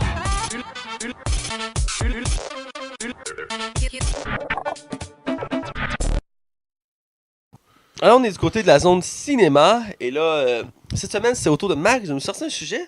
Et j'ai très hâte de t'entendre, Max. Ouais, ben cette semaine, je me suis dit, je vais m'inspirer de ce qu'on est allé voir au cinéma, toi et moi. Okay. Alors, Mathieu, je t'explique le concept. On est allé voir Han Solo. Han Solo est un film d'origine sur la jeunesse du jeune Han Solo, hein, sans surprise. Et dans le fond, mon concept aujourd'hui, ça va être de savoir, toi, Mathieu, et moi aussi, je vais suggérer des noms, bien entendu, de quel personnage t'aimerais qu'on fasse une origin story qui mériterait. Puis là, n'importe quel univers, que ce soit Star Wars, Marvel, que ce soit même des films qui ont eu un seul film, c'est comme, ah non, moi je voudrais savoir c'était qui. Alors, Mathieu, je te demanderais, dis-moi un personnage, là je te laisse le temps de réfléchir en même temps, fait que je gagne du temps, un personnage que tu considères qui mériterait d'avoir son propre film à lui tout seul. Alors, Mathieu, t'as-tu une idée? Ben, premièrement, pour la jeunesse d'un personnage, il y en a un qui m'est tout de suite venu en tête, j'en ai parlé il y a quelques minutes, c'est John Wick. J'aimerais ça qu'il y ait un film origine sur comment il a fait sa réputation, tout ça. Peut-être pas nécessairement Keanu Reeves parce qu'il commence à être vieux comme acteur. Fait qu'il pourrait mal faire un personnage plus jeune. Mais reste que j'aimerais ça voir comment il a développé sa réputation. Ça serait un choix intéressant. Sinon, d'un côté des super-héros, il y a Nick Fury, joué par Samuel Jackson, que j'aimerais avoir son origin story. C'est un personnage que j'aime beaucoup, qui est plus autant utilisé maintenant. Ok, d'après moi, il va revenir tranquillement. Ok, on est tranquillement et qu'il y a un fort potentiel et que je serais curieux de voir. Toi? Moi, je vais aller dans Star Wars, mais je vais pas prendre les personnages qu'on pense tout de suite. Comment il s'appelle? Jar Jar Binks. Non. Liam Neeson, il jouait comment? Là? Kim Jong-un. Oh, attends, ça c'est Qui-Gon. Il jouait Qui-Gon. Ouais, parce que l'autre, c'est le dictateur de la Corée du Nord. Qui-Gon. Lui, je me suis toujours dit, c'était un des personnages qui avait l'air le plus cool dans le film, puis que finalement, je trouve qu'il était un peu sous-exploité. J'aurais voulu voir sa jeunesse à lui, tu sais, sa montée en... Puis tu sais, on pourrait retourner encore plus loin dans l'univers de Star Wars, dans des époques qui n'ont jamais été touchées encore. Fait qu'on irait encore plus tôt. Ça, je me disais, mon Dieu, ça pourrait être vraiment, vraiment, vraiment... Écoute, si on reste dans Star Wars, il y a à part ton personnage, il y a deux personnages qui me viennent en tête. Le premier, parce que ce serait le plus probable qu'ils pourraient faire, vu qu'ils ont tendance à avoir resté autour de la même histoire. C'est Dark Bane, qui a le droit à une trilogie de livres et qui est canon, parce qu'il est apparu dans la série Clone Wars. Et c'est lui qui a créé le plan de l'Empereur dans le 1, 2, 3, 4, 5, 6. L'Empereur, son plan a été créé à cause de Bane, parce que Bane, c'est lui qui a éradiqué les Sith, puis qui a mis la règle des deux Sith. Un maître puis un élève. Puis le seul moyen de battre les Jedi, c'est de rester dans l'ombre puis d'utiliser les influences politiques pour prendre le dessus. Et ça va prendre 1000 ans entre Dark Bane et l'épisode 1 pour que le plan se mette en marche. Mais c'est l'instigateur de ça. Puis une très belle histoire. J'ai lu le premier livre. J'ai lu le premier livre et la moitié du deuxième. J'ai beaucoup aimé l'histoire. Et il y a un fort potentiel autour de ça. Et l'autre personnage reste encore dans le même concept d'histoire. C'est le maître de Dark Sidious, Dark Plagueis, qui est mentionné dans l'épisode 3, quand ils sont au théâtre avec Anakin. Il dit je connaissais un maître Sith, Dark Plagueis, qui avait trouvé il avait trouvé l'habilité de rester immortel. Et si tu viens avec moi, je vais t'apprendre à l'immortalité, tu vas pouvoir sauver ta femme. C'est un autre passage que j'ai lu, le livre, il y a un roman sur son histoire, elle est très bonne.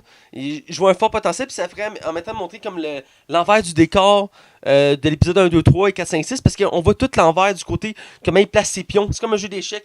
Ok, je pète ça fait ça, je pète ça fait ça. Puis comment il a placé les lignes pour que ça tombe sur Naboo. Tout ça, c'est vraiment bien expliqué dans le film. J'aimerais ça voir un film sur ces deux personnages, entre autres si on reste dans Star Wars évidemment. Toi t'as l'impression de... Ouais, j'en ai un autre, moi, c'est dans l'univers de Star Trek. J'aimerais savoir le père de Captain... Captain Kirk? Oui, merci. Non, oui, c'est ça, Captain Kirk. Son père, parce que son père aussi est capitaine auparavant, avant que son son gars le soit parce qu'il perd son père jeune. Ouais. Fait que, non, c'est ça, j'aurais voulu le voir. Tu sais, qu'on est avec un autre équipage, mais dans l'époque de. Ouais, ce serait intéressant. c'est ça, c'est peut-être pas le plus. Le speech le plus intéressant, mais moi, c'est le genre de personnage que j'aimerais voir. Si on continue les franchises dans les personnages, c'est sûr, moi, une de mes franchises préférées, c'est Harry Potter. Je suis un fan inconditionnel de l'univers d'Harry Potter. Puis il y a un paquet de personnages que j'aimerais voir. Entre autres, les 4 fondateurs de l'école de Poudlard. Il y avait eu plusieurs rumeurs pendant des années qu'il y allait avoir une série TV sur eux, que j'aimerais ça. Entre autres aussi sur les comment il s'appelait déjà? C'est les Maraudeurs, qui est le père d'Harry et ses 3 amis, Lupin, Sirius Black, puis Peter Pettigrew.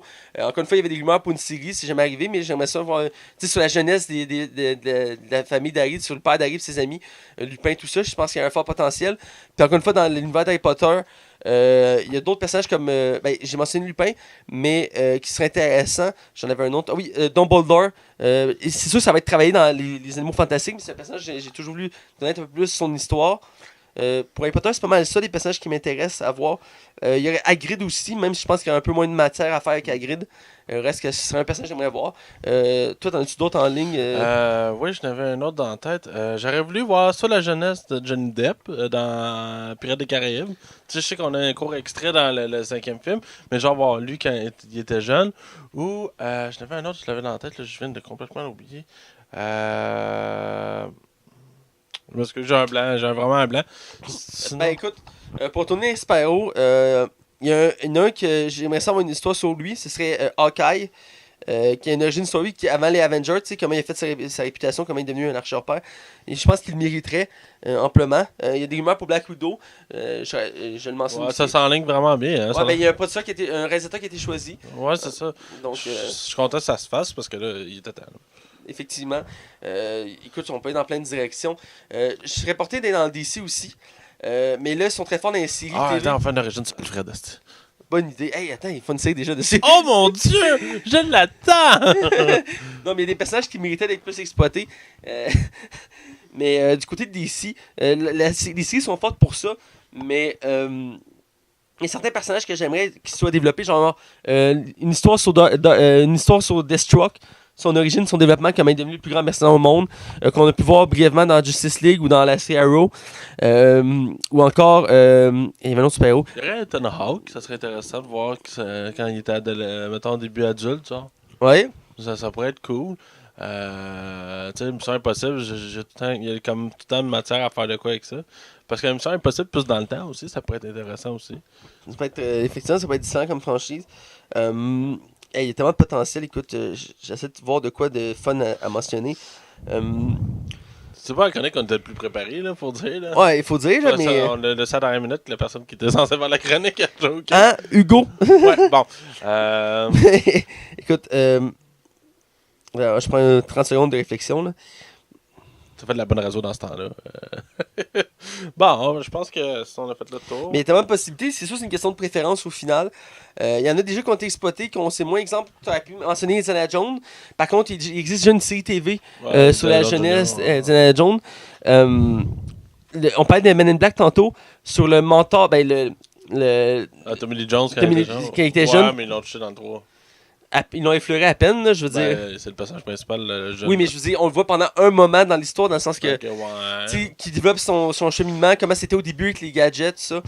Ça peut être intéressant. Mais, ouais, écoute, on pourra en chercher plein. Mais on en a nommé des intéressants, je trouve, qui ont fort potentiel. Encore une fois, Seigneur des Anneaux, qu'on n'a pas mentionné. Là, ils vont faire une série probablement sur la jeunesse d'Aragorn. Mais il y a plusieurs personnages qui mériteraient leur histoire. Entre autres, oui, Aragorn. Il y a Boromir que j'aimerais savoir parce qu'il était peu exploité l'univers. Évidemment, Gandalf. Il y a un fort potentiel d'origin story avec lui qu'on pourrait faire. Que j'aimerais voir. La création du masque aussi, dans le film Le Masque. Oui, c'est un bon exemple. Je sais que c'est stupide, mais je serais curieux. Pourrait à part ça, pas autre chose.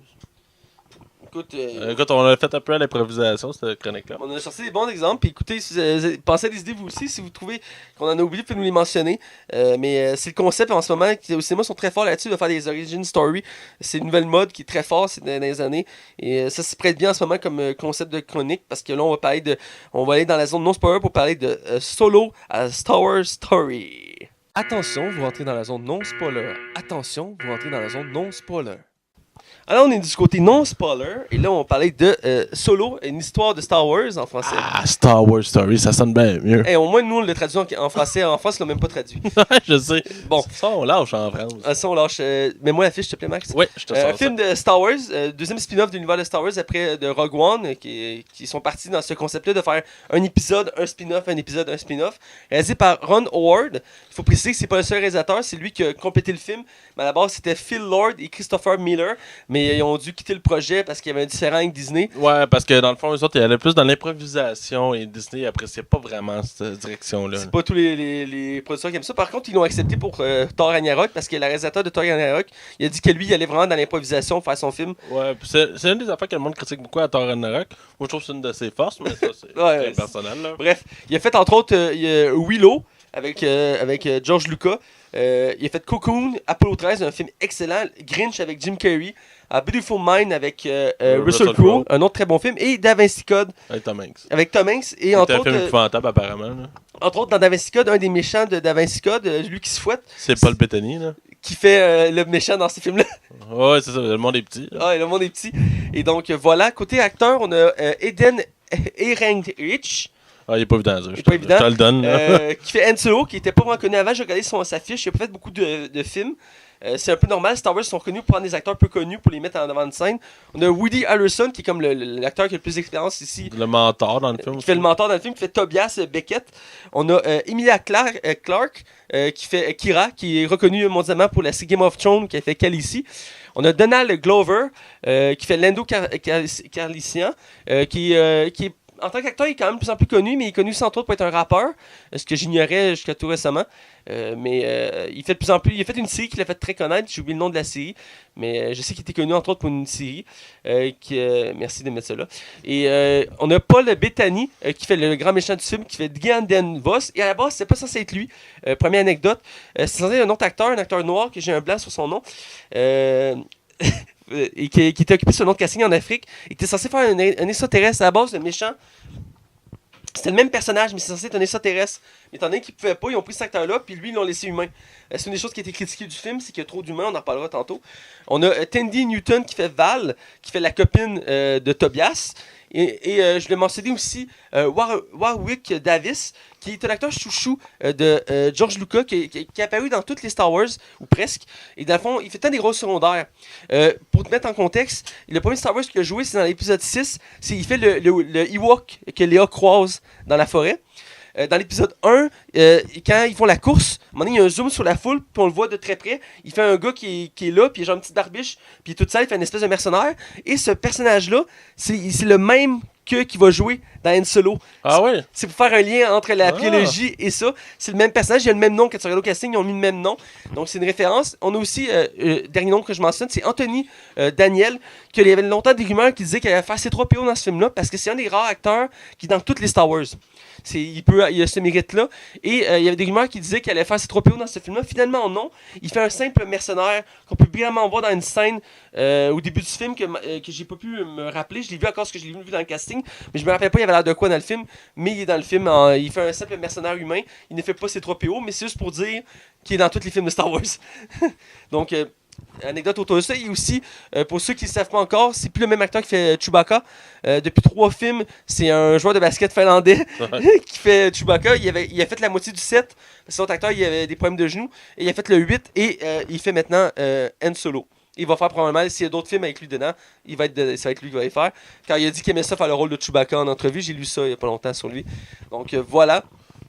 C'est produit évidemment par Lucasfilm, sous-studio de Disney. C'est distribué par Disney évidemment. Côté critique, Metacritic a donné 63% d'avis positifs. Le public est un peu moins généreux avec 57%. Donc on peut dire que c'est mitigé un peu. Ouais, il y a beaucoup de haine qui vient à cause de l'épisode 8. Là, Ouais. que Star Wars est en train de tout scrap. Mais- Disney est en train de scraper J'avais Star des amis Wars. qui voulaient pas aller le voir à cause du 8, puis j'ai réussi à les convaincre, puis finalement ils ont apprécié celui-là. Donc, entre autres, mon ami Ismaël. Rotten Tomato, un peu plus généreux avec 71% d'avis positifs, je trouve que c'est une belle note quand même. Et le public un peu son dévoi à 59%. Ça reste appréciable. Je dis comme film, vas-y avec le budget. C'est un film qui a coûté extrêmement cher. Il a coûté plus cher que l'épisode 8. Il a coûté 250 millions.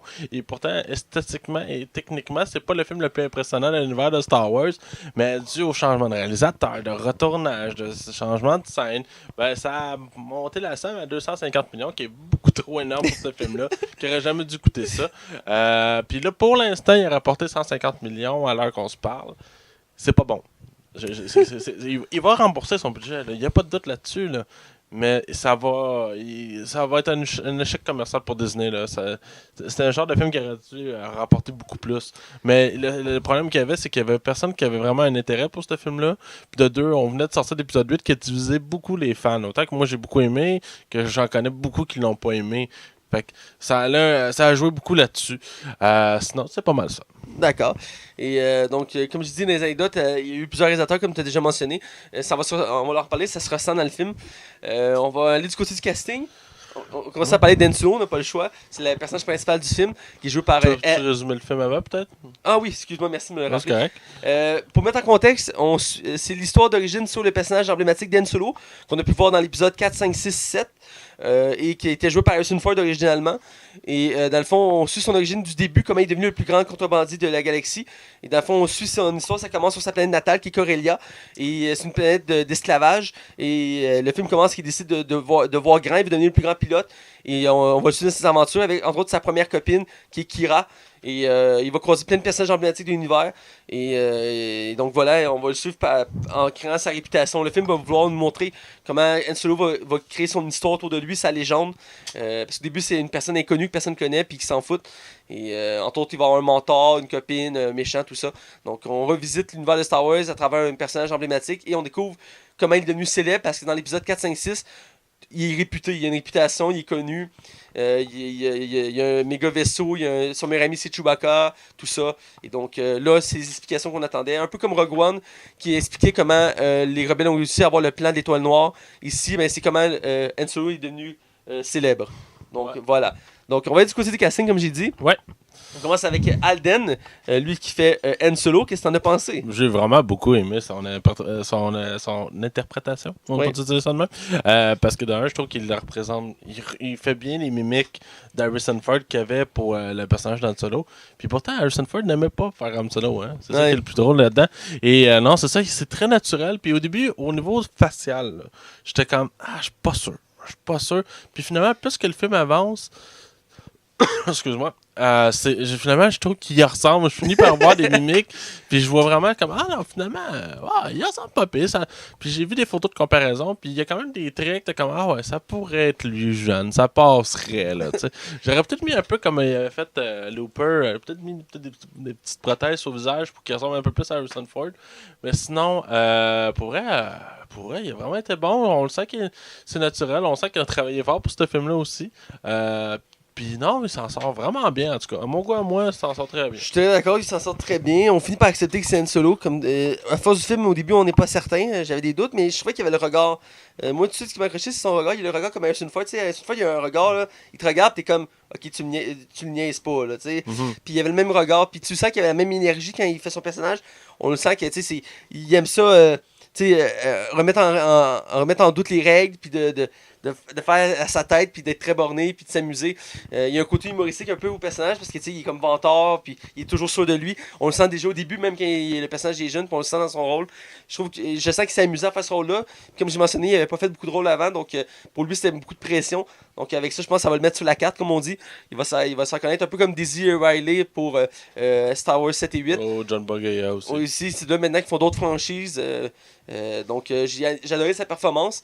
On va aller avec Woody Harrelson qui fait Tobias Beckett, qui fait comme le mentor si on veut, de Han Solo. Qu'est-ce qu'on a pensé? Il est tellement bon. Pour vrai, cet acteur-là, il peut jouer dans n'importe quoi. Il s'en sort tellement. C'est vraiment un acteur que j'aime vraiment beaucoup. Il fait beaucoup de films en plus dans une année. Puis à chaque fois, je suis comme Woody Harrelson, c'est comme un signe de qualité pour un film. Puis il y a un temps que Woody Harrelson, il a comme une carrière plus basse, qui allait moins bien. Puis là, depuis quelques années, il est comme en remontée. Puis je suis vraiment content parce que je trouve tellement qu'il y a une prestance, il y a une gueule. Il peut tellement être. Tu sais qu'il peut être tellement méchant comme il peut être le plus gentil du film. Pour vrai, c'est un acteur, puis c'est un personnage que j'aime beaucoup. Puis pour vrai, le personnage de Beckett, je trouve qu'il est mentor, mais il est pas. C'est pas un Yoda, là. C'est pas Yoda, non. Puis il sera pas intense. Il va donner des conseils tout au long à Han Solo, sans jamais y en donner nécessairement ça va être des fois dans l'intérêt même de Beckett. Fait que pour vrai, moi j'ai trouvé que c'était un bon personnage. Puis j'aimerais ça le voir et peut-être revenir à mener. On sait pas. Un univers de Star Wars, tout peut arriver. Effectivement. C'est un acteur que j'aime beaucoup. Une des choses qui a été reprochée dans les critiques, c'est que Woody Harrelson, dans les dernières années, fait toujours le même type de rôle, fait tout le temps des mentors. Entre autres, dans Hunger Games, il faisait un mentor. Il est beaucoup dans les rôles récemment, c'est ce qu'il fait, mais il a la gueule aussi pour. Mais il reste que c'était reproché parce que c'était pas du nouveau. Donc on sentait un peu à l'avance les réactions, mais il reste qu'il s'y démarque assez bien dans le film. Moi, j'ai beaucoup apprécié son rôle. Dans la planète des singes, il était super bon. Ouais, non. J'ai pas tant aimé le dernier, Planète des singes, mais okay. j'ai quand même aimé son rôle, mais je trouvais qu'il manquait quand même de char autour de son rôle. Mais dans là-dedans, j'ai apprécié, j'ai aimé son petit côté, il y a un petit côté humoristique un peu, dans sa façon de donner des conseils. Fait comme, tu sais, la première règle, ne fais confiance à personne parce que tout le monde va te trahir un jour ou l'autre. Puis il dit ça genre en souriant, comme c'est normal. Puis j'ai bien aimé son rôle, puis ça peut paraître bête, mais d'habitude, dans la plupart de ses rôles, Non, c'est rare qu'il chauffe, mais il est quand même souvent. Mais c'est parce que je me référais à Hunger Games, mais je veux dire, je sais pas le voir chauffe, mais c'est vrai que maintenant, souvent, il a des cheveux, là, mais il reste que ses cheveux m'ont perturbé dans le film, ça je voulais dire. C'est le toupette des airs. Ouais, c'est le toupette des airs. Je trouvais peut-être qu'il a dû refaire sa coupe de cheveux, je sais pas. Là, je comprends qu'il le fait comme un personnage un peu comme, tu sais. Fly un peu. Fly, qui se fait un peu de son look, il est là pour faire ses missions. Reste que j'ai beaucoup apprécié. On va avec l'actrice principale du film, Emilia Clarke, comme j'ai dit, je vais en parler en premier, qui était connue pour Game of Thrones, que j'ai beaucoup apprécié en Game of Thrones parce qu'elle faisait un personnage fort, féminin. Et dans ce cas-ci, c'est un peu le même principe. Elle fait un personnage fort féminin, puis je pense que c'était voulu dans le sens que fallait que ce soit un personnage fort féminin pour fitter avec Han Solo. Parce que Han Solo, Han Solo et Léo font un duo dynamique comme ça aussi. On le voyait dans 4-5-6, c'était deux têtes fortes qui se renvoyaient la balle. Il fallait, c'est ça normal qu'ils soient le même principe. Si ça avait fait une histoire d'amour classique, de romance, qui tombe amoureux, puis ils s'embrassent, ils couchent ensemble, puis il y a une tragédie, là, ça aurait été trop banal, ça n'aurait pas représenté Han Solo. Dans ce cas-ci, c'est une tête forte, elle a ses propres objectifs, elle sait se défendre. Puis elle est vraiment particulière en ça, puis j'ai beaucoup apprécié son rôle dans le film. Puis honnêtement, je la préfère vraiment mieux en brune qu'en blonde. Ah ouais? Parce qu'elle était en blonde pour Game of Thrones. Ah ouais. Puis là-dedans, ça avait la couleur de cheveux. Et je trouve qu'elle est vraiment mieux cette couleur-là. D'ailleurs, dans Terminator aussi, elle avait sa couleur de cheveux comme ça. Et je trouve que. Petite anecdote, elle a dit qu'il n'y a pas longtemps, cette semaine, qu'elle était contente que Terminator soit planté. Pour vrai? Elle a dit que c'était épouvantable comme film, puis elle espérait pas, parce qu'elle avait signé pour plus qu'un film. Oh, elle voulait pas se faire rappeler. Oh mon dieu.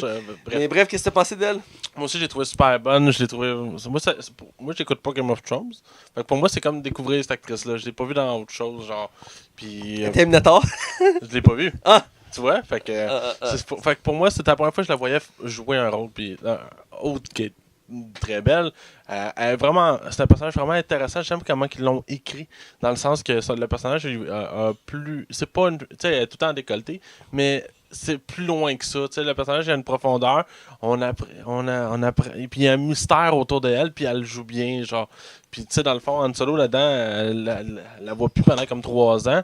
Puis tu te demandes, ah ouais, qu'est-ce qui s'est passé? Puis elle interprète bien le jeu de, ouais, tu sais pas tout. Fait que j'ai trouvé ça intéressant. Et une autre chose que j'ai aimé aussi, c'est que c'est la première fois depuis longtemps que dans un Star Wars, il y a comme une tension sexuelle, genre, qui est une vraie tension, genre que les deux, on sent que les deux personnages ont une attirance physique vraiment à l'autre. J'ai hâte de voir ce qu'ils vont faire avec ce personnage-là aussi dans les prochains films, mais pour vrai, Emilia Clarke, j'ai vraiment apprécié. On continue le tour d'horizon avec Donald Glover, qui fait un autre personnage emblématique de Star Wars. On ne pouvait pas en parler parce que il fait Lando Calrissian. Ouais, c'était le fun de voir Lando avoir un personnage important dans ça. Star Wars. Parce que dans la saga originale, il était peu présent. Ouais. Il y avait une importance majeure dans une scène parce que Mais ils l'ont plus développé dans l'univers étendu. Ouais, plus un trait dans le. Puis à chaque fois qu'ils sortent un épisode, le 7 puis le 8, à chaque fois ils mentionnaient qu'il y a des rumeurs qui allaient être là, finalement non. Puis il y a encore des rumeurs qui vont être là dans le 9. On le souhaite pour que ça boucle la boucle parce qu'il manquerait juste lui du casting original pour compléter le tout. Puis c'est un personnage que j'aimais bien parce que dans l'époque, l'acteur qui le faisait, il y avait un charisme. Tu vois dans son regard, tu sais, il était comme salut. Ouais, il a toujours dit ah ouais, moi s'il m'appelle, moi le faire. Ouais. Ben, probablement parce que il a repris son rôle pour la série Rebelle. Il faisait la voix de son personnage dans la série Rebelle. Puis il était très content de le reprendre parce qu'il disait qu'il aimait beaucoup ce personnage-là. Il le trouvait comme baveux, charmeur. Puis, parce que dans la série originale, il crouse Léa. Puis c'était pour montrer ce côté-là. Puis Donald Glover fait une belle image de ce personnage-là. On le voit plus développé. On le voit original, évidemment, parce que c'est le début de son histoire, mais même si, dans ce film-là, il établit qu'il a déjà une réputation, tout ça, je trouve qu'il l'a bien. C'est pas un acteur que je connaissais beaucoup. Donald Glover, c'est quand même un acteur là, qu'on va voir de plus en plus. Il est très, très, très, ben, très je sais bon. qu'il pogne beaucoup. Il a fait une série qui l'a fait connaître par tout le monde. Je sais pas il apparaît dans Spider-Man Homecoming ouais, aussi. ben ça, j'ai ajouté, je l'ai vu dans Spider-Man, il y avait un rôle secondaire. Puis c'était pour faire un lien avec l'univers de Miles Morales, qui est le nouveau Spider-Man. Lui, il faisait un personnage qui avait un lien avec cet univers-là, parce qu'il y a des rumeurs qu'on va avoir un deuxième Spider-Man dans le futur univers de MCU. Donc on verra pour la suite. Mais j'ai apprécié son rôle, puis j'ai bien aimé. Puis je trouvais qu'il représente bien Lando, puis j'ai aimé ça qu'il soit plus développé, parce que j'avais senti dans la première saga qu'il y avait un potentiel avec ce personnage-là. Puis là, on le voit autant dans ses répliques que dans ses réactions. Tu sais, il est héroïque, mais en même temps, il est lâche. Ouais. C'est un peu ça, là. Il n'y a pas comme le héros qui va sauver tout le monde, mais en même temps, il est lâche. Ouais. Moi, j'ai aimé ça. J'ai vraiment aimé ça. Toi? Moi, comme je disais tantôt, Donald Glover, c'est un acteur que j'aime vraiment beaucoup parce qu'il est très talentueux. Même musicalement, il est impressionnant. J'ai pas écouté sa musique, faudrait que j'en écoute. Ouais, c'est du rap, là. C'est ça. Je suis pas un amateur de rap, mais lui, on dirait que son clip il est tellement écœurant que j'ai passé par-dessus la toune. Non, c'est ça. Moi, c'est un personnage que j'étais content de voir. Donald Glover pète tout le temps l'écran à chaque fois qu'il est là. Et je trouvais que c'était un personnage, Lando, c'est un personnage trop sous-utilisé. Et je trouve que là-dedans, on l'utilise vraiment à la perfection. J'aime sa relation avec son robot aussi. Ouais. C'est limite malsain. Genre, j'aime vraiment, vraiment beaucoup ça. Je trouve qu'il sort son épingle du jeu. Puis pour vrai, à chaque fois qu'il est là, il y a une présence. Il y a vraiment une présence. Puis il prend de la place dans la caméra. Mais jamais sans tasser les acteurs principaux. Pour vrai, c'est un très bon casting, ce film-là. C'est un très bon casting. Je pense qu'on va finir avec le méchant. Ouais. Paul Bettany. Ouais. Un acteur que j'aime beaucoup. Son maquillage est malade. Son maquillage est malade. Encore une fois, je vais commencer si tu le permets. Vas-y. C'est un acteur que j'aime beaucoup. J'ai découvert à travers les années. Je ne l'ai pas connu à son début. J'ai connu récemment, entre autres, à cause de Marvel, mais aussi à travers d'autres films. Parce que je l'ai vu, entre autres, dans le film Chevalier qui m'avait marqué. Où il a fait récemment le film Mordecai avec Johnny Depp, qui était moyen en original. Très mauvais, en fait. Oui, mais oui. Mais j'ai apprécié son personnage dans Mordecai. J'ai aimé le côté que tu voyais qu'il peut faire un gars plus méchant. Là. Comme il y avait une cicatrice, puis comme moi je suis le garde du corps, puis il hésite pas à tirer. Puis je voyais qu'il y avait un potentiel multitâche. Il fait autant méchant que gentil, autant drôle que sérieux. Puis dans ce cas-ci, il fait un bon méchant, Ouais. mais je dirais qu'il manque de chair par contre. Je dirais que c'est peut-être un peu une faiblesse du film. Parce que comme je disais à la base, c'était pas censé être lui. C'est censé être un autre acteur, puis il faisait un extraterrestre. Puis ça se ressent dans le personnage dans le sens que on voit qu'il y a trop d'humains. C'est le point que j'ai noté, puis que tout le monde a noté. On le sent entre autres dans le méchant. J'aurais aimé ça voir un méchant pour une fois qui est pas humain. Ouais. À part ça, il se débrouille bien. C'est un acteur qui a un charisme fou. Puis je dirais que par contre, il est peut-être un peu sous-utilisé. On le voit à quelques fois dans le film. C'est un méchant de service. Ouais, c'est un méchant de service. Mais son maquillage il est vraiment cool. Ouais, parce qu'à chaque fois qu'il se choque, il vient les yeux rouges et il y a comme des lignes de maquillage dans la face. Ouais. Puis plus qu'il se fâche, plus que ces lignes-là de couleur reviennent rouge foncé. Là, mais tu sais, genre, il prend la moitié de sa face. Là. Vraiment, là. C'est une bonne idée, je trouve. Au début, je pensais que c'est genre un adepte de la force à cause de son aspect, de son visage, mais finalement, non. Puis ses couteaux aussi, le laser, là, mais en tout cas, qu'est-ce que t'en as pensé? C'est un méchant de service. J'ai pas grand-chose à dire dessus. Pour vrai, j'aimerais ça vous donner une méga opinion, mais je trouve qu'il fait le taf. Il est là parce qu'ils ont besoin d'avoir un dénouement de scénario. C'est correct, il fait le job. Là, Paul Bettany, c'est un très bon acteur, mais il gagnera pas le score avec ça. Là. C'est sûr, c'est sûr. On va avec l'appréciation du film. Ouais. Vas-y. Moi, dans le fond, on est allé le voir le vendredi. Ouais. Moi, j'ai failli te choquer, ça me tentait pas. J'étais fatigué de ma journée, puis j'avais pas vraiment envie de le voir ce jour-là. J'avais le goût de le voir comme le lendemain. Puis Mathieu m'a convaincu, viens-t'en. Fait que j'ai décidé d'y aller, puis finalement, en rendu au cinéma, j'ai dit à Mathieu, j'espère que ça sera pas trop mauvais. J'ai dit ça direct avant que le film commence. Fait que je suis arrivé là avec aucune attente. J'avais peur d'être vraiment déçu, puis finalement, Colin, j'ai eu du fun. J'ai été surpris, j'ai été pris. Le film n'arrête jamais, c'est non-stop, il y a de l'action sans arrêt. Il y a réellement. La rencontre entre Chewbacca et Han Solo, je trouve que ça marche de feu. Les acteurs sont bons, l'histoire est originale. Ben, est originale, c'est pas vrai. L'histoire a le mérite de faire vraiment ce qu'on demande, ce qu'on attend d'elle. C'est jamais hallucinant, mais c'est tout le temps très bon. Et il y a vraiment un bon rythme. Les personnages sont. Tu sais, il y a comme quelques choix scénaristiques que je reviendrai dans la zone spoiler, que je suis comme. Ouais, ok, là. Mais autrement, à part ça, je trouve que c'est un film qui tient vraiment bien la route. Puis je pense que la haine qu'il y a autour avec est plus ou moins justifiée. Bref, toi, Mathieu. Je pense le même avis, la haine est, je trouve, plus ou moins justifiée dans le sens que le film il est bon, il mérite plus que ce qui est traité en termes de notes. Oui, il y a des défauts, je vais en nommer plusieurs tantôt dans un spoiler. Dans l'ensemble, j'ai beaucoup apprécié, j'ai été surpris. Je m'attendais pas à tant de choses au film, évidemment, mais j'étais extrêmement surpris. L'acteur qui fait Solo fait un job incroyable. Le casting, il est sans faute. Il y a beaucoup de références dans l'univers Star Wars. J'en ai vu plein. Beaucoup que j'ai pas remarqué. Je les ai vus après sur la toile héroïque, entre autres. On fait une liste. Mais c'est beaucoup de fan service. Reste que, on voit Disney aime l'univers de Star Wars, puis aime le travailler, puis le développer. Et beaucoup de références. Mais dans l'ensemble, c'est un très bon film. Et des choix douteux comme le méchant de film qui est là pour être là. Puis le fait qu'il y ait trop d'humains, encore une fois, c'est un défaut qui suit depuis l'épisode 7, entre autres. C'est un défaut qui est apparent. Que, ironiquement, la prélogie, l'épisode 1, 2, 3, avait pas ce défaut-là. Il mettait beaucoup d'emphase sur les extraterrestres, contrairement aux humains. Même les humains étaient moins présents, outre le fait que c'était le casting principal. Dans le sens que Anakin, Mace Windu, Qui-Gon, Natalie Portman, c'était tous des personnages principaux. Mais outre ça, tous les personnages autour, c'était tous des extraterrestres. J'aimais ça, ça faisait un vent de fraîcheur dans ce cas-ci. Oui, il y en a des extraterrestres, mais on les oublie. Donc, dans l'ensemble, c'est un bon film, je le recommande. J'ai passé un bon moment, puis il se démarque des autres films de Star Wars. Puis, à certains égards, il y en a beaucoup qui vont plus apprécier celui-là que l'épisode 8. Parce que pour les commentaires que j'ai vus à date sur les réseaux sociaux, ceux qui ont détesté le 8, ils vont probablement aimer celui-là. Et même vice-versa, dans le sens que j'ai aimé le 8 et j'aime celui-là. Mais c'est supposé qu'il est tellement différent du 8. À date, c'est juste Rogue One. Moi, j'ai pas aimé depuis que c'est Disney. Puis il y en a beaucoup qui défendent Rogue One bec et ongle, hein. En disant que c'est le meilleur Star Wars de toutes depuis Disney. Et, moi, j'ai beaucoup aimé le Rogue One. Voilà. Donc, on va discuter spoiler pour en plus en parler en détail. Attention, vous rentrez dans la zone spoiler. Attention, vous rentrez dans la zone spoiler. Allons du côté spoiler, et là, on va parler en détail du film qu'on parle cette semaine, qui est Solo, une histoire de Star Wars. Yeah, monsieur. Un film surprenant. Écoute, je vais commencer en disant une chose sur ce film-là. C'est qu'on le sent dès le début qu'il y a eu plusieurs réalisateurs dans le film. Ouais, juste au niveau des couleurs, hein. De l'intro, puis après l'intro, quand il y a le bond de 3 ans, là, tu vois que les couleurs, c'est pas la même chose. Même chose pour les angles de caméra, puis les répliques aussi dans la question scénario. On sent qu'il y a une différence, surtout que le début est comme très gris, très sale, très sombre. Et le texte est moins présent, il y a moins de texte. Et dès qu'on fait le bond dans le temps, là, il y a plus de couleurs, c'est très rougeâtre, très jaune. Et il y a un peu plus d'humour, puis l'action est plus accélérée. Parce qu'au début, c'est plus lent. Donc, je l'ai senti avant même que. Je savais qu'il y avait d'autres réalisateurs, mais avant que je le vois dans les critiques, je l'ai senti de ce côté-là. Sinon, pour le début. On peut commencer par le moment qui arrive avec son vaisseau, qu'on voit comme la ville qui habite, qui est comme bizarre un peu, là. C'est comme très sombre avec. Sur Corellia. Ouais, puis il vit comme dans des tunnels, pas des tunnels, genre des gouttes. Des ghettos, là. Ouais, vraiment sale.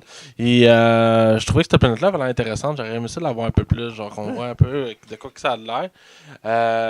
Puis sinon, on peut commencer vraiment avec la première course-poursuite, dans le fond. Quand il rencontre la bébête dans le lac. Non, pas un lac, c'est pas un lac, c'est genre. Un étang, là. Un étang, mais c'est genre sa poste, là. Puis la bébête c'est comme un gros ver de terre géant, là, ouais. Qui est vraiment bizarre, là. Mais j'ai trouvé vraiment son design cool. Puis là, justement, là, il va commencer à s'enfuir puis être poursuivi parce qu'il a volé un genre du hyper. Il a volé une espèce de minéraux qui coûte full cher. Parce c'est pour la hyperspace. Fait que quand les vaisseaux partent à la vitesse de la lumière, c'est avec ça, genre. Ouais. Puis ça a l'air que c'est une denrée rare dans l'univers de Star Wars. Puis justement, c'est ça qu'il compte faire pour se créditer pour passer de l'autre bord des barreaux. Non, c'est ça, la course pour ça, je la trouve vraiment intéressante. Elle est vraiment dynamique. J'aime le vaisseau que Han Solo a volé aussi. Ouais. Il rappelle beaucoup, je sais pas si t'as déjà joué à Jack and Daxter, Ouais. le 2, les vaisseaux, genre à deux Oui. places. Ça me rappelait vraiment beaucoup ça, mais je pense que même eux sont inspirés de la première trilogie de Star Wars. Là. Puis dans le fond, c'est ça, je trouvais ça vraiment cool. Puis j'ai aimé le fait qu'il essaie de se balancer comme en ligne pour passer à travers comme un corridor qui est trop restreint. Puis à la fin, ça échoue, tu sais. Ouais. Mais non, je trouve que il y a vraiment un bon rythme, même si après ça, malgré quand il reste pogné, ils réussissent à se rendre, on sait pas trop comment, mais en tout cas, on jouera pas trop avec ça, là. On va en laisser, là. Mais moi, c'est une des choses que je me demandais comment il allait faire, c'est la rencontre avec Chewbacca. Je me demandais vraiment comment il allait. Ouais, moi, Parce que on voit. Tu l'avais-tu deviné que le monstre, c'était ça, genre? Ouais. Je l'ai pas deviné sur le coup, moi. Attends, faut qu'on. T'as besoin d'aide. Ouais, je sais. Il faut la force n'est pas puissante en toi. Je fous plus, hein. Ben, continue. Parce que Chewbacca avait été aperçu dans l'épisode 3, La Revanche des Sith. Parce qu'on est sur Kashyyyk dans le troisième et on le voit, il parle avec Yoda. Et à la fin, Yoda s'en va, puis il dit merci Chewbacca, puis il s'en va. Puis après, on le voit juste dans l'épisode 4 avec Han Solo. Puis on se demande comment ils sont croisés. C'est une des histoires qu'on tous s'est demandé. Et c'est exploité dans les romans. Parce qu'Han Solo a droit à une trilogie de romans 2 fois. Et. Dans ce cas-ci, j'ai trouvé ça intéressant la manière qu'ils ont montré ça. Ils ont voulu montrer un contraste comme au début, c'est comme une relation amoureuse, dans le sens que Han Solo est envoyé à pâture à Chewbacca pour qu'il le bouffe. Puis finalement, ils finissent par s'entraider. Puis c'est comme forcé parce qu'ils s'entendent pas ensemble. Parce que Han Solo a peur de se faire bouffer par Chewbacca. Puis Chewbacca se méfie des humains parce que les humains l'ont maltraité. Fait qu'il est comme. Il y a une tension entre les deux. Puis finalement, il réussit à savoir qu'ils parlent la même langue. Ouais, puis c'est la première fois et la seule fois qu'on voit Han Solo parler en Wookiee. Ouais. Parce qu'il dit 2-3 phrases en Wookiee comme. Puis après ça, il parle en français. Ouais. C'est long, là. Mais c'est pour montrer qu'il savait parler la langue. Il dit je sais pas être avant ta langue, gros crétin. Là. Il dit un truc comme ça. Là. Puis ils finissent. J'ai aimé la relation qui se développe à travers les films. À travers les films parce qu'au début, ils s'aiment pas à face. Puis à fur et à mesure du temps, il y a une lien d'amitié qui se fait. Puis on voit qu'ils sont comme liés les deux ensemble, ils réalisent qu'ils font un bon duo, Ouais. puis qu'ils se comprennent, puis ils n'ont pas besoin de parler pour se comprendre. J'ai aimé ça, cette chimie-là, puis c'est ça qui est reflété dans le 4, 5, 6, 7, 8, 7. Parce que on voit qu'ils n'ont pas besoin de parler, puis ils sont en chimie. Quand ils pilotent le vaisseau, ils se battent, tout ça, ils se comprennent. Puis j'aimais ça, cette dynamique-là. C'était comme un peu, Chewbacca, c'était son chien, puis tu sais, ils s'entraident, tout ça. Même si c'est l'inverse, puis que Chewbacca a 190 ans, là. Ouais, il est plus vieux, là. Parce que les Wookiees peuvent vivre jusqu'à 400 ans, là, pour information. Mais j'ai bien aimé la chimie entre les deux, puis j'ai aimé la scène, comment elles sont introduites ensemble. J'ai beaucoup apprécié. J'ai trouvé ça un peu, la scène qui fait le bond de 3 ans, puis il se retrouve à la guerre, ça va être déconcertant dans le sens que dans l'univers de Star Wars, c'est établi que c'est les Stormtroopers qui sont l'armée de Star Wars. Dans ce cas-ci, Han Solo est un soldat de l'Empire au début, et ça peut être déconcertant, mais je m'attendais à un truc comme ça, puis je savais que ça se pouvait, parce qu'il aurait pu clairement y mettre un costume de Stormtrooper, mais à la place, ils ont juste fait faire que c'est un simple soldat, mais ça a pu aussi qu'il porte un costume de Stormtrooper, ça a pu... Il y a une chose que j'ai pas aimé du film, puis je vais en parler parce que justement, il y a un lien à faire avec ça, c'est qu'au début, il demande c'est quoi son nom, puis il dit c'est Anne, puis il fait on va t'appeler Han Solo. Il dit t'es Anne de quelle communauté? Il fait d'aucune, il fait d'accord, on va t'appeler Solo. Ouais, c'est ça. C'est un affaire que je reproche, puis ça, c'est peut-être très du. Ce film-là explique toutes les personnalités du personnage. Tu sais, dans le fond, dans le 4, 5, 6, 7. Ben, tous ces traits de personnalité sont tous arrivés à cause de ce film-là. Ouais. T'sais, ça pourrait pas être. Non, toute sa vie qu'il a vécu entre le 4 et le film d'Han Solo, ça pourrait pas être un cheminement tout le long. Non, faut que tout s'explique à partir de ce film-là.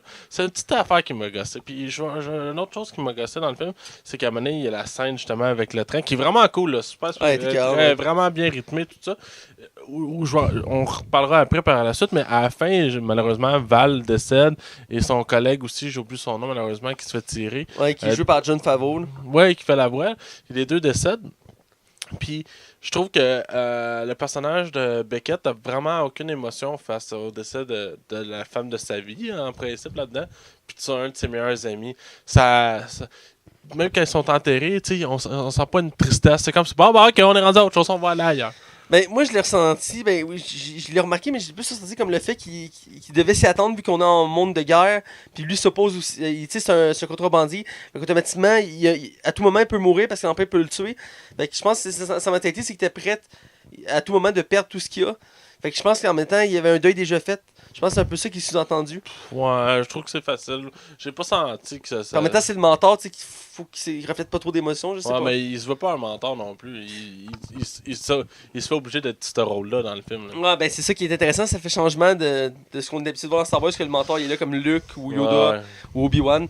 C'est bien comme, façon de faire. Et la scène du train, je l'ai bien aimée. Elle est assez particulière. Puis j'ai trouvé ça perturbant dans le sens que ça dit que c'est un train qui appartient genre à l'Empire, mais c'est pas l'Empire qui les attaque, mais c'est genre d'autres personnages. Ouais. Là, t'es comme. Ça transporte des millions de minéraux, puis l'Empire le protège pas. Il y a juste des tourelles de laser. Ouais, ben. Des fois, faut en laisser. Là, Je mais sais. ouais. C'est un petit cheater qui m'a chicoté. Mais j'ai aimé l'action du film. J'ai trouvé ça dommage que c'est. Mais il fallait s'attendre que la plupart des personnages aient crevé parce que, tu sais. Ouais, ben, j'étais surpris que le personnage d'Emilia Clarke mourrait pas. Ouais, moi aussi. J'étais sûr qu'elle allait la tuer à la fin. Ouais, ben, je m'attendais à ce qu'elle meure, mais ça, on en reparlera plus loin. Ouais. Mais autant que tu sais, je m'attendais à ce qu'il creve, autant que je m'attendais pas à ce que le personnage joué par Jon Favreau meurt aussi rapidement parce que c'est le seul extraterrestre de la gang. Ouais. Je me suis dit, bon, il a l'air d'avoir un développement intéressant que le personnage Ah, extraterrestre. puis il avait l'air cool. Là, Ouais, il tu sais. était cool, tu sais, il était dynamique, tout ça. Puis c'est une race on n'était pas habitué de voir. Puis là, tu le tues. Là, j'étais comme. Ah! Je me demande si c'est pas des raisons de production. Ça se peut. Tu sais, là, ça coûte cher, puis il y avait vraiment pas beaucoup de temps. Dans le fond, là, souvent, là, comment il expliquait ça à Ron Howard, quand il y a eu le projet, il y avait comme 6 mois pour closer le film. Là. Genre, même pas 6 mois, puis on compte la production après. Là. Ouais. Il y avait 6 mois, fait qu'il fallait qu'il fasse ses scènes rapidement, bien fait, puis pour arriver dans les temps. Là. Non, mais dans Mais je comprends pas pourquoi ils l'ont pas sorti à Noël, ce film-là. Ben, parce qu'à Noël, c'était épisode 8. Ouais, mais c'est ça, mais à Noël de cette année. Pourquoi pas? Ma théorie, c'est qu'il prépare le terrain pour 2 films par année. Ouais, c'est sûr. Puis là, il check voir si le mois de mai, ça va fonctionner. Là. On va voir, parce que là, il y a deux nouvelles trilogies de Star Wars qui s'en viennent en plus. Ouais. Plus les spin-offs. Puis on va tout aller voir, puis on va tous les critiquer. Ouais. À un moment donné, là, ce qui va arriver, c'est qu'on aura plus de place pour les autres films. Ça va être juste des films de Marvel, DC, puis de Star Wars. Ouais. Sinon, on peut s'enchaîner aussi quand ils vont justement envahir la zone où il y a justement les minerais qu'il faut comment on dirait ça? Il faut qu'ils transforment en plus les minerais après. Là, pour Raffiner. Ouais, raffiner, c'est ça. Puis j'ai vraiment trouvé ça cool comme scène, genre il embarque, puis genre Han Solo, il faut qu'il se débrouille à embarquer de la cargaison qui est clairement trop lourd pour lui. Puis tu le vois, puis à chaque fois qu'il le cogne, l'affaire elle commence à freezer, puis il est comme non, faut pas que ça explose. Parce que on a vu qu'est-ce que ça faisait là, avec la C'est une cargaison. montagne. Tabarnak, hein? C'est une belle scène. Oh oui, c'est vraiment cool. Là. On va parler de deux personnages qu'on n'a pas encore mentionné, Lando puis son robot. Ouais. L3-7, je pense. Non, c'est juste L3. Ben ouais, elle a peut-être. Non, c'est L3M3, je pense. En tout cas, dans le casting, elle a un nom complet. Mais il mais- l'appelle tout à L3. Ouais, L3, ouais, c'est son diminutif. D'abord, Lando, assassin d'introduction qui joue au Sabak, qui est le jeu le plus répandu de l'univers de la galaxie. Que j'ai déjà appris les règles, mais je m'en souviens plus ou moins. Ok, c'est un vrai jeu. Ça fait des jeux que tu peux jouer pour vrai. Pour les fans, là, mais ouais, et puis dans tous les univers, les livres, tout ça, tu peux le retrouver un peu partout. Et c'est un jeu vraiment d'adresse, tout ça. Et j'ai bien aimé la scène d'introduction parce que autant qu'il mentionne dans les films 4, 5, 6, mais en fait, il mentionne, je pense que c'est dans le 5, dans le 6, que dans le fond, le Faucon Millennium, il l'a eu par Lando, puis il l'a eu en jouant au Sabak contre lui. Donc je m'attendais à voir cette scène-là. Puis effectivement, ils l'ont mis dans le film, puis ils l'ont découpé en 2 parties. Dans le sens que la première partie, il a perd, parce que Lando a triché. Puis à la fin du film, il retourne, puis là, il gagne parce qu'il empêche Lando de tricher. Oh, Pour montrer à quel point qu'il est lâche, là, Lando.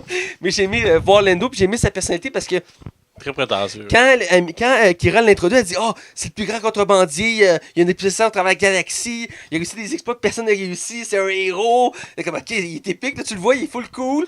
Il le convainc de prendre son vaisseau, il arrive là-bas, puis tu vois, il a fucking la chienne. Ouais. Il fait comme, oh, je vais rester le vaisseau, là. Ouais, ben là, il s'enfuit, littéralement. Il s'enfuit, là. Puis j'ai aimé le fait qu'il est tellement pas à son affaire que finalement, il arrive pour aller chercher son vaisseau. Il y a comme une barreuse là, dessus. Je sais pas pourquoi c'est là.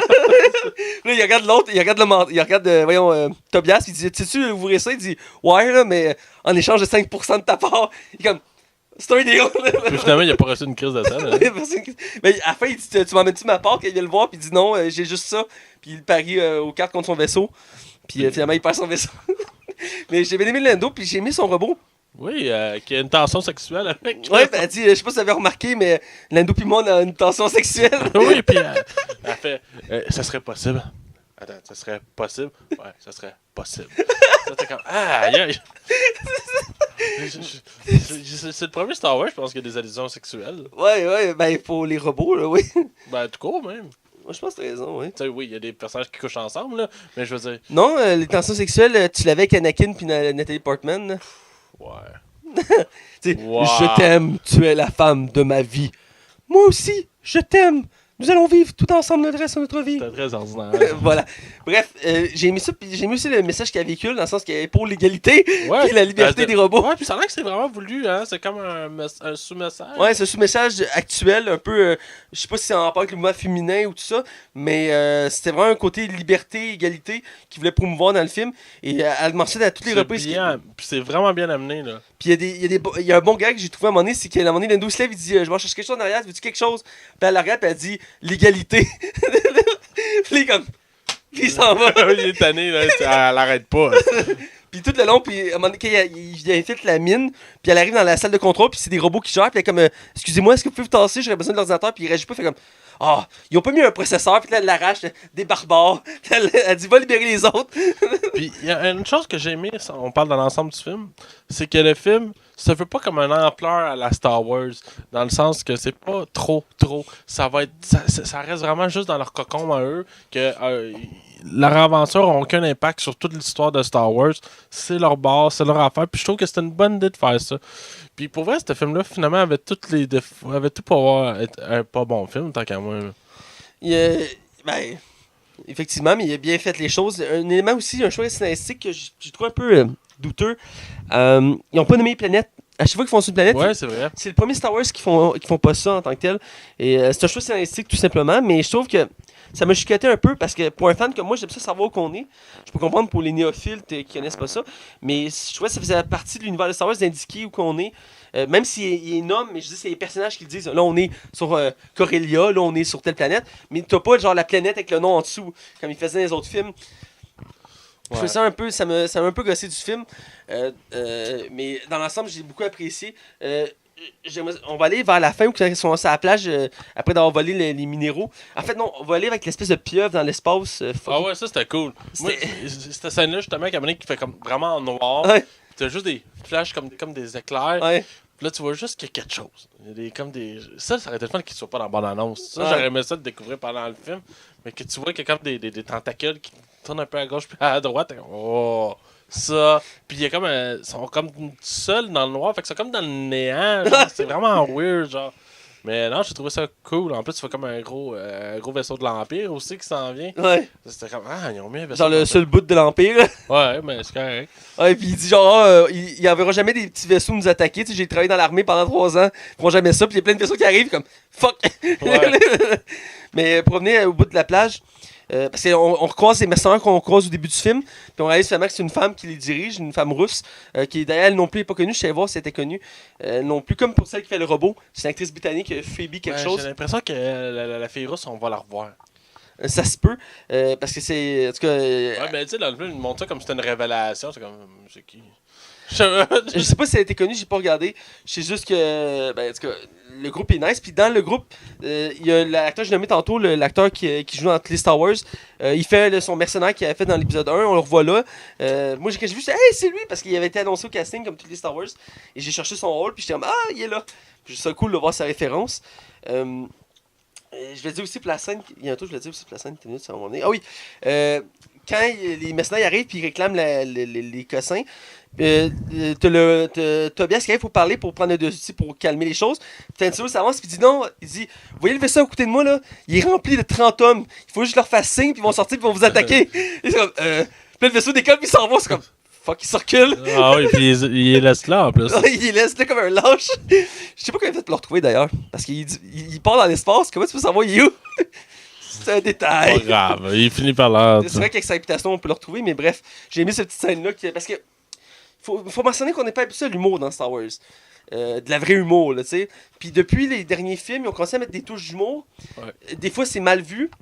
comme dans l'épisode 8, il y avait certains moments que c'était peut-être pas nécessaire. Il y en avait comme un peu trop, peut-être. Là. Ouais. Et là, dans ce cas-ci, ça se prenait quand même assez bien. C'est vraiment dosé parce qu'il n'y a pas tant. Il y a de l'humour dans le film, mais il n'y en a vraiment pas beaucoup. Là. Puis ça va être de l'humour de situation. Genre que Lando s'enfuit. Ouais. Il n'y a pas de gag, là. C'est juste Lando s'enfuit, mais ça fait que c'est drôle. T'sais. Et voilà, j'ai préféré l'humour dans ce film-là que dans l'épisode 8. Je pense qu'on peut se diriger à la fin, là. Ouais, ben, Emilia Clarke qui se bat contre son boss avec Han Solo, qui amène une scène vraiment spectaculaire de combat, où que j'aime beaucoup comment il s'appelle le méchant? Voss. Voss, qui a comme une lame un peu à la C'est des couteaux Prince of Persia, un peu, là, avec des lames rouges. Ça, j'ai trouvé son arme qui était vraiment cool. Puis on voit le casque de Boba Fett en maquette en arrière, je sais pas si tu l'as vu. Non, j'ai pas remarqué. Ah, t'as pas remarqué? Il y a une maquette avec le costume de Boba Fett, comme accroché, genre, sur Pour une table. Ouais. Ah. Tu l'as pas vu? Non, j'ai pas fait. Ah, je suis surpris que tu l'as pas vu. On le Ah, voit, ouais. puis il montre comme 5-6 fois, là. Mais à la fin, j'étais un petit peu moins là parce que j'avais vraiment mal au ventre. Ok. Mais en tout cas, bref, puis c'est ça, j'ai eu peur qu'Emilia Clarke, quand elle changeait de côté, puis je m'en doutais tout le long parce qu'elle disait finalement, tu me connais pas tant que ça, tu sais. Puis finalement, c'est une méchante, bon, ok, fine. Mais là je peux en parler, hein? Ouais. C'est rare qu'on m'entende même au cinéma, là. Écoute. Puis là, genre, comme un qui part de son bar, qui va aller tuer Beckett, bon, bref. C'est correct. Qui est un peu comme western, ça, à ce moment-là. Le gunfight, c'était cool. Puis, justement, Emilia Clarke se ramasse dans son vaisseau qui s'envole. Puis les fenêtres se ferment tranquillement. Puis il y a un projecteur qui allume. Puis c'est Dark fucking Maul! What the fuck, man? Dark Maul. J'ai lâché un esti. What? T'étais comme. What? Je te regardais dans ça, je suis comme, What? Hey, ça, là, pour vrai, là, je pense que ça faisait longtemps que j'avais pas eu une vraie surprise comme ça, que j'ai faite comme. Écoute, ça m'a mis sous choc aussi. Avant de parler directement de la scène. Toi, t'avais l'air de le savoir. Ben, je vais te mettre en contexte, pour ça que je vais en parler. J'ai lu une première critique avant de voir le film, mais c'est les grandes lignes. Puis ça disait le film part lentement, la fin est bonne, puis il y a une belle surprise à la fin. Puis quand ils ont dit belle surprise, je me suis demandé qu'est-ce que ça peut être, puis j'ai commencé à voir des personnages qui auraient pu mettre à la fin pour faire une belle surprise, un peu comme dans Rock One. Il y a mis Léa, tout ça, pour faire une belle surprise. Je me suis dit qu'est-ce qu'ils pourraient mettre là de nouveau qu'on n'a pas encore vu, qui peut être une surprise, puis j'ai diminué les possibilités à 3 personnages. Obi-Wan Kenobi, Ashoka, puis Dark Maul. Puis ça a donné que c'était Dark Maul, ça a pu un des 3, mais ils ont choisi Dark Maul, j'étais très content.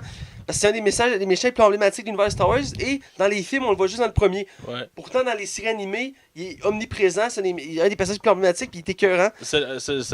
Dans la première trilogie, il y en a beaucoup que. Ils reprochent pas Darth Maul parce que le méchant était vraiment cool. Il est peut-être même trop. Il est même sous-utilisé dans le premier, je trouve même. Oui. Et comme anecdote, à la base, c'est pas l'acteur qui le faisait, le personnage, c'est un cascadeur. Ouais. Parce qu'ils n'ont pas réussi à trouver un acteur qui était capable de bien faire les chorégraphies. Donc, puis d'ailleurs, pour le film, c'est le même acteur qui reprend le rôle. Mais, si tu te rappelles bien, dans le premier Star Wars, il disait qu'une phrase. Parce que c'était pas un acteur qui s'est pas parlé, fait qu'il a dit une phrase, c'est oui maître, je m'en occupe, puis il s'en va. Dans ce cas-ci, ils ont pris un autre acteur pour faire la voix. Puis c'est l'acteur qui fait, dans le fond, le passage principal dans Force Unleashed, les jeux vidéo, le pouvoir de la force. Il prêtait ses traits puis sa voix au personnage.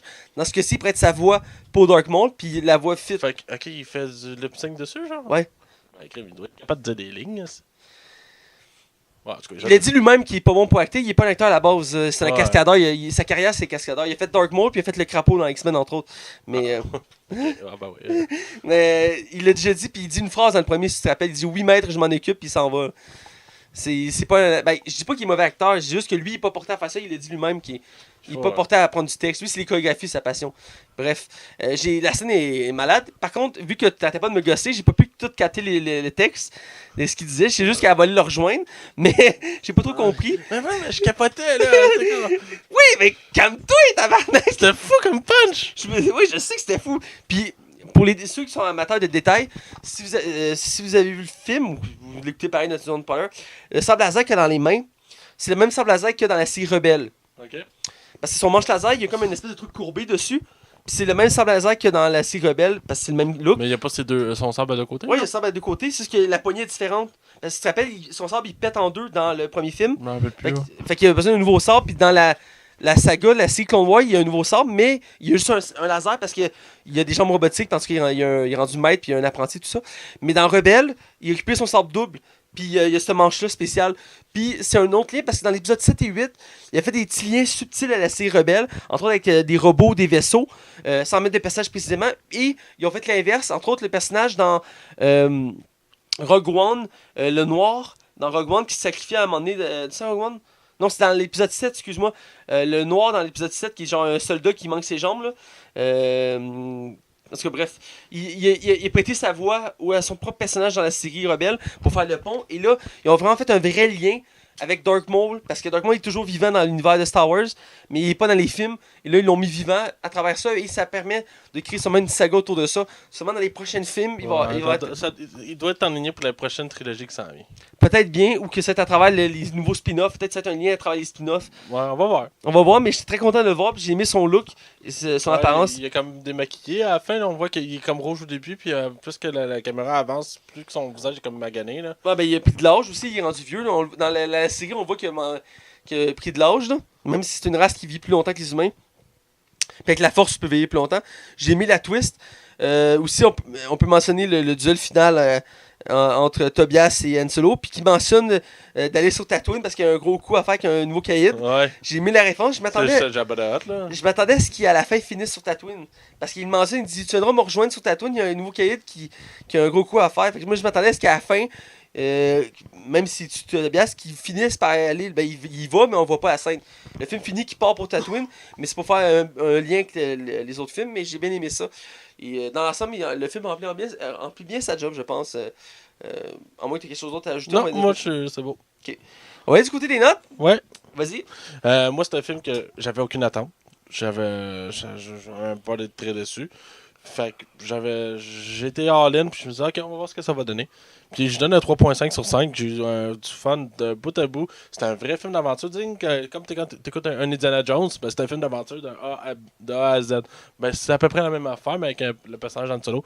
Moi, j'ai aimé ça au bout. J'ai vraiment eu du fun. Puis, grâce à date de Disney, on dirait ce qu'on voudra. Je trouve qu'ils font de la bonne job. Je vais dans la même lignée que toi, 3.5 sur 5. Un bon film Star Wars. Ironiquement, c'est considéré comme un des moins bons. Avec la trilogie, entre autres, La Revanche des Sith. Ouais, je suis pas d'accord, mais c'est personnel. Ouais, c'est comme toi qui n'as pas aimé Rogue One, là, mais. Il faut de toutes les couleurs. Hein? Ouais, je sais bien. Mais dans l'ensemble, j'ai aimé. Une bonne histoire, une bonne origin story. J'ai beaucoup aimé l'acteur quand je suis fan solo. Il a bien fait la job. J'ai aimé le casting 5 étoiles. Pas vraiment de longueur. L'histoire se tient bien, même si on sent qu'il y a du début. Au milieu du film, on voit qu'il y a un changement de réalisateur, ça se sent dans le travail artistique. Mon bémol, c'est le méchant, encore une fois, qui est délaissé.